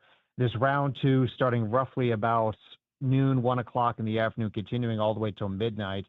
We are now under a rare level 5 out of 5 high risk here across part of central Alabama. It does include the Birmingham area. We are expecting potentially violent long track tornadoes. These are EF3, EF4 type tornadoes could be possible with these storms that develop. We really have to wait till tomorrow afternoon to see where they're going to set up, but it'll be a line and individual storms coming out of Mississippi into Alabama, as they traditionally do, coming right up the I-59 corridor as normal, and some of these could be, unfortunately, quite destructive. So tomorrow afternoon, that is when we are under that high risk. And again, the last time we had one here, you have to go back to 2021, if you remember the Pelham tornado day. Yeah. That's the last time we had it, and obviously we had some big tornadoes that day. What are the ingredients that make the atmosphere so unstable, Dave, and especially this time of year? So anytime we get into March and April, this is our peak severe weather season. Having a tornado event, March and April, totally normal. I hate to say it, but it is for us. This is going to be one of the higher end type events. We're not talking April 27th. That's a generational thing. This will be probably similar, close to what we had back in 2021. But what you have is the warm, humid air coming up from the south. And so we're going to start feeling it. We have a little bit of it today. We'll feel it again tomorrow. You can have strong winds. This is what we call wind shear, and that's up aloft, about where the airplanes fly, and down to about 5,000 feet. All of that comes together, and you have southerly winds at the surface, and as you go up to where the airplanes fly, the winds come out of the west. So that turning of the winds as you go up in height allows thunderstorms to develop, and then they start rotating into supercells. And that's where you get your tornadoes from. So the last couple of severe weather events we had, we didn't have any instability. It was just wind shear, and we had a lot of tree damage, if you remember that. This time we have plenty of instability on top of the wind shear, and that's why our tornado threat is so great. In regards to being in the clear, is this Sunday morning we should be good to go for Sunday and the rest of the weekend? That's correct. Yes. Sunday morning, we'll have some clouds and then sunshine, breezy in the afternoon, cooler temperatures will be in the 60s. So I know with a lot of sporting events going on, I know we have college baseball tonight. SEC baseball starts, this evening. Tomorrow, I can't speak for the universities, but not looking a good day for baseball. Sunday will be fine for baseball. I know there's some questions with some of those for those trying to attend those games out there. Of course, the SEC tournament in Nashville, they also are going to be dealing with some severe weather up there. So let's hope that all this comes in and out, doesn't impact some of the games we're looking at for Saturday. And Dave, if you remember, I cannot recall the year. It was back when the SEC basketball tournament was still being played in the Georgia Dome. A tornado hit the Georgia Dome in the middle of an SEC basketball game. And so you said Nashville should be weather aware too, because I know a lot of fans, if they're not up there today for Alabama Auburn, potentially could be heading up there tomorrow. So they need to be weather aware as well up there. That's correct. And the game you're speaking of, I do remember it well. My Mississippi State Bulldogs were playing that game when that happened. But yes, that's another good point. If you're trying to go to Nashville for the games tomorrow, and I don't know what time they're going to be played, but do not drive tomorrow up to Nashville. I'm telling you, do not drive up there. We have around 1 in the morning. They could have some pretty significant storms up near the Huntsville area, all the way to Nashville as well tomorrow. If you need to go to Nashville, go today. Otherwise, don't go. And I know that I'm using kind of a weird tone with that, but it is not going to be safe. The last thing you want to be is on the road. Tomorrow, best thing for everyone to do, just stay home. Be prepared. Don't panic. Just know your severe weather plan. Know where your safe spot is in your home. Have your helmet, your shoes, your flashlight, maybe some snacks and water in there because you could spend some quality time there tomorrow.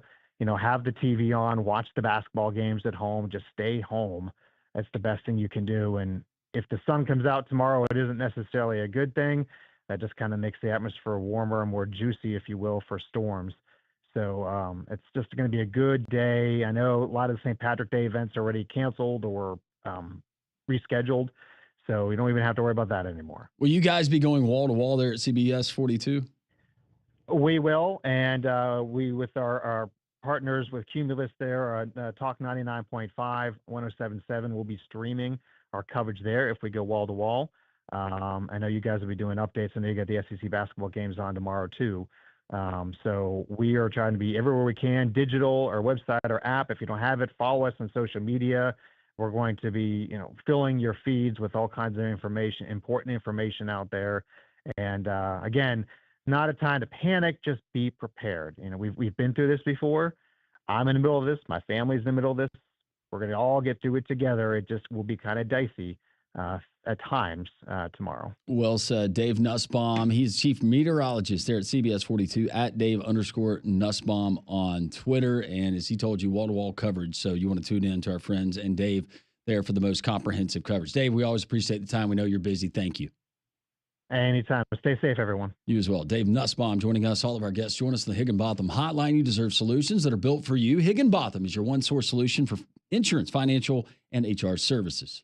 You're owning a home is great, but there are some pitfalls at times, and you could be finding and issuing or seeing that there's some cracks around your home. And I'm talking about around your doors or the windows. You can't seem to get those doors and windows closed properly. That's because your home is settling, or perhaps you've got a bigger problem, which is a foundation issue. That's where Alabama Professional Services comes in at 205-951-9717. APS can send a team out to your house. They know their stuff. They'll inspect and look at everything, explain the problem clearly, give you a plan that is catered to your particular home. No pressure, just honest advice. They can use the poly-level system. It's quick, it's easy, it's clean, it looks fantastic. They can level up not only your sidewalk, but possibly your driveway. Plus, they can fix those cracks on that back patio you use for barbecue season.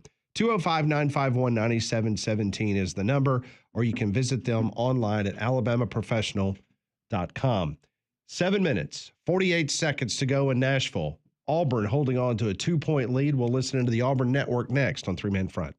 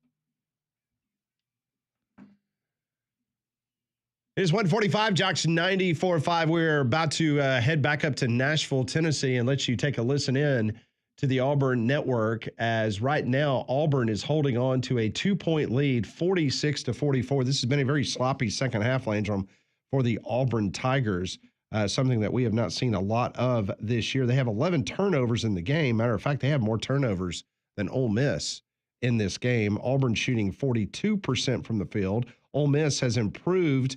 They're up to 40% now, but both teams not doing very well from the three-point arc. Auburn is 5 of 17. Ole Miss is 4 of 19. So let's now go to Nashville, Tennessee. This is the way it sounds over on Jocks 2 100.5, the Auburn Network.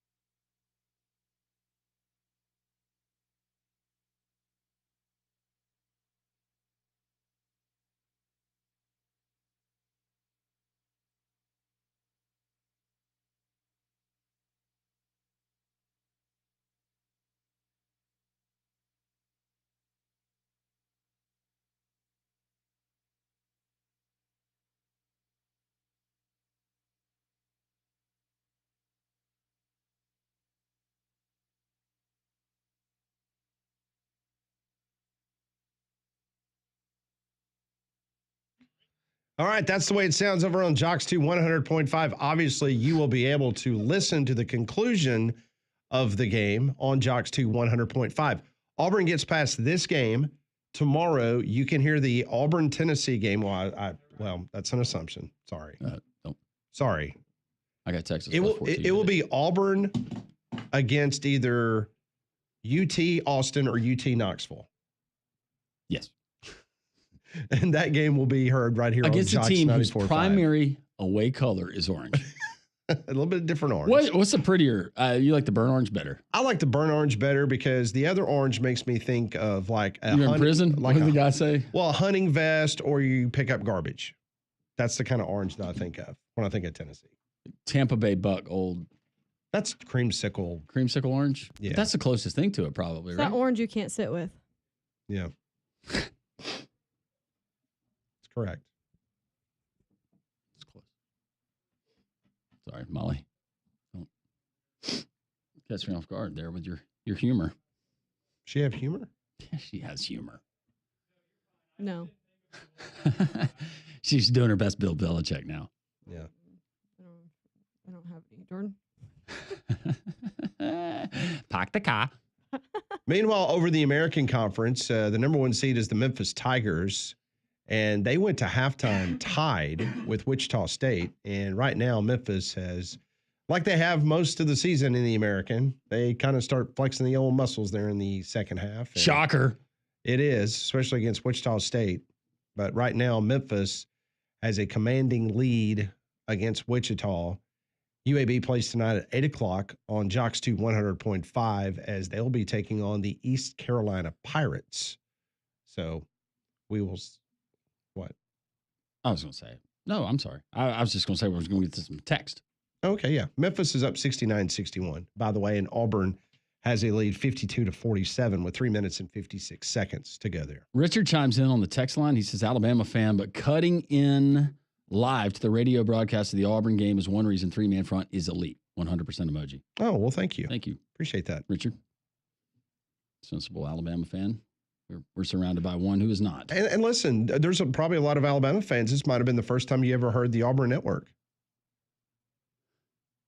No, I'm being serious. No, that's, you're right. That's fair. Just like, when this station was an Alabama affiliate and we carried certain Alabama things live, I'm sure there were plenty of Auburn fans. It was like, I've never heard Eli before. Oh, this is the calm before the storm. Unfortunately, the weather that we're expected to have here in Alabama, be weather aware. We love you. We want to be able to talk to you, converse with you on Monday. Speaking of Monday, Pat, it is a loaded up show, but it is one of my favorite shows. We're going to have the brackets all set. We're going to know where everybody's going. A full recap of the SEC men's basketball tournament as well as the American Conference basketball tournament. Yeah, so hopefully next time we convene, we'll be talking about a lot of teams from the state of Alabama have punched their ticket to the big dance, and we'll go through every single bracket, every single region. Weather aware, prayers lifted, thinking of all of you.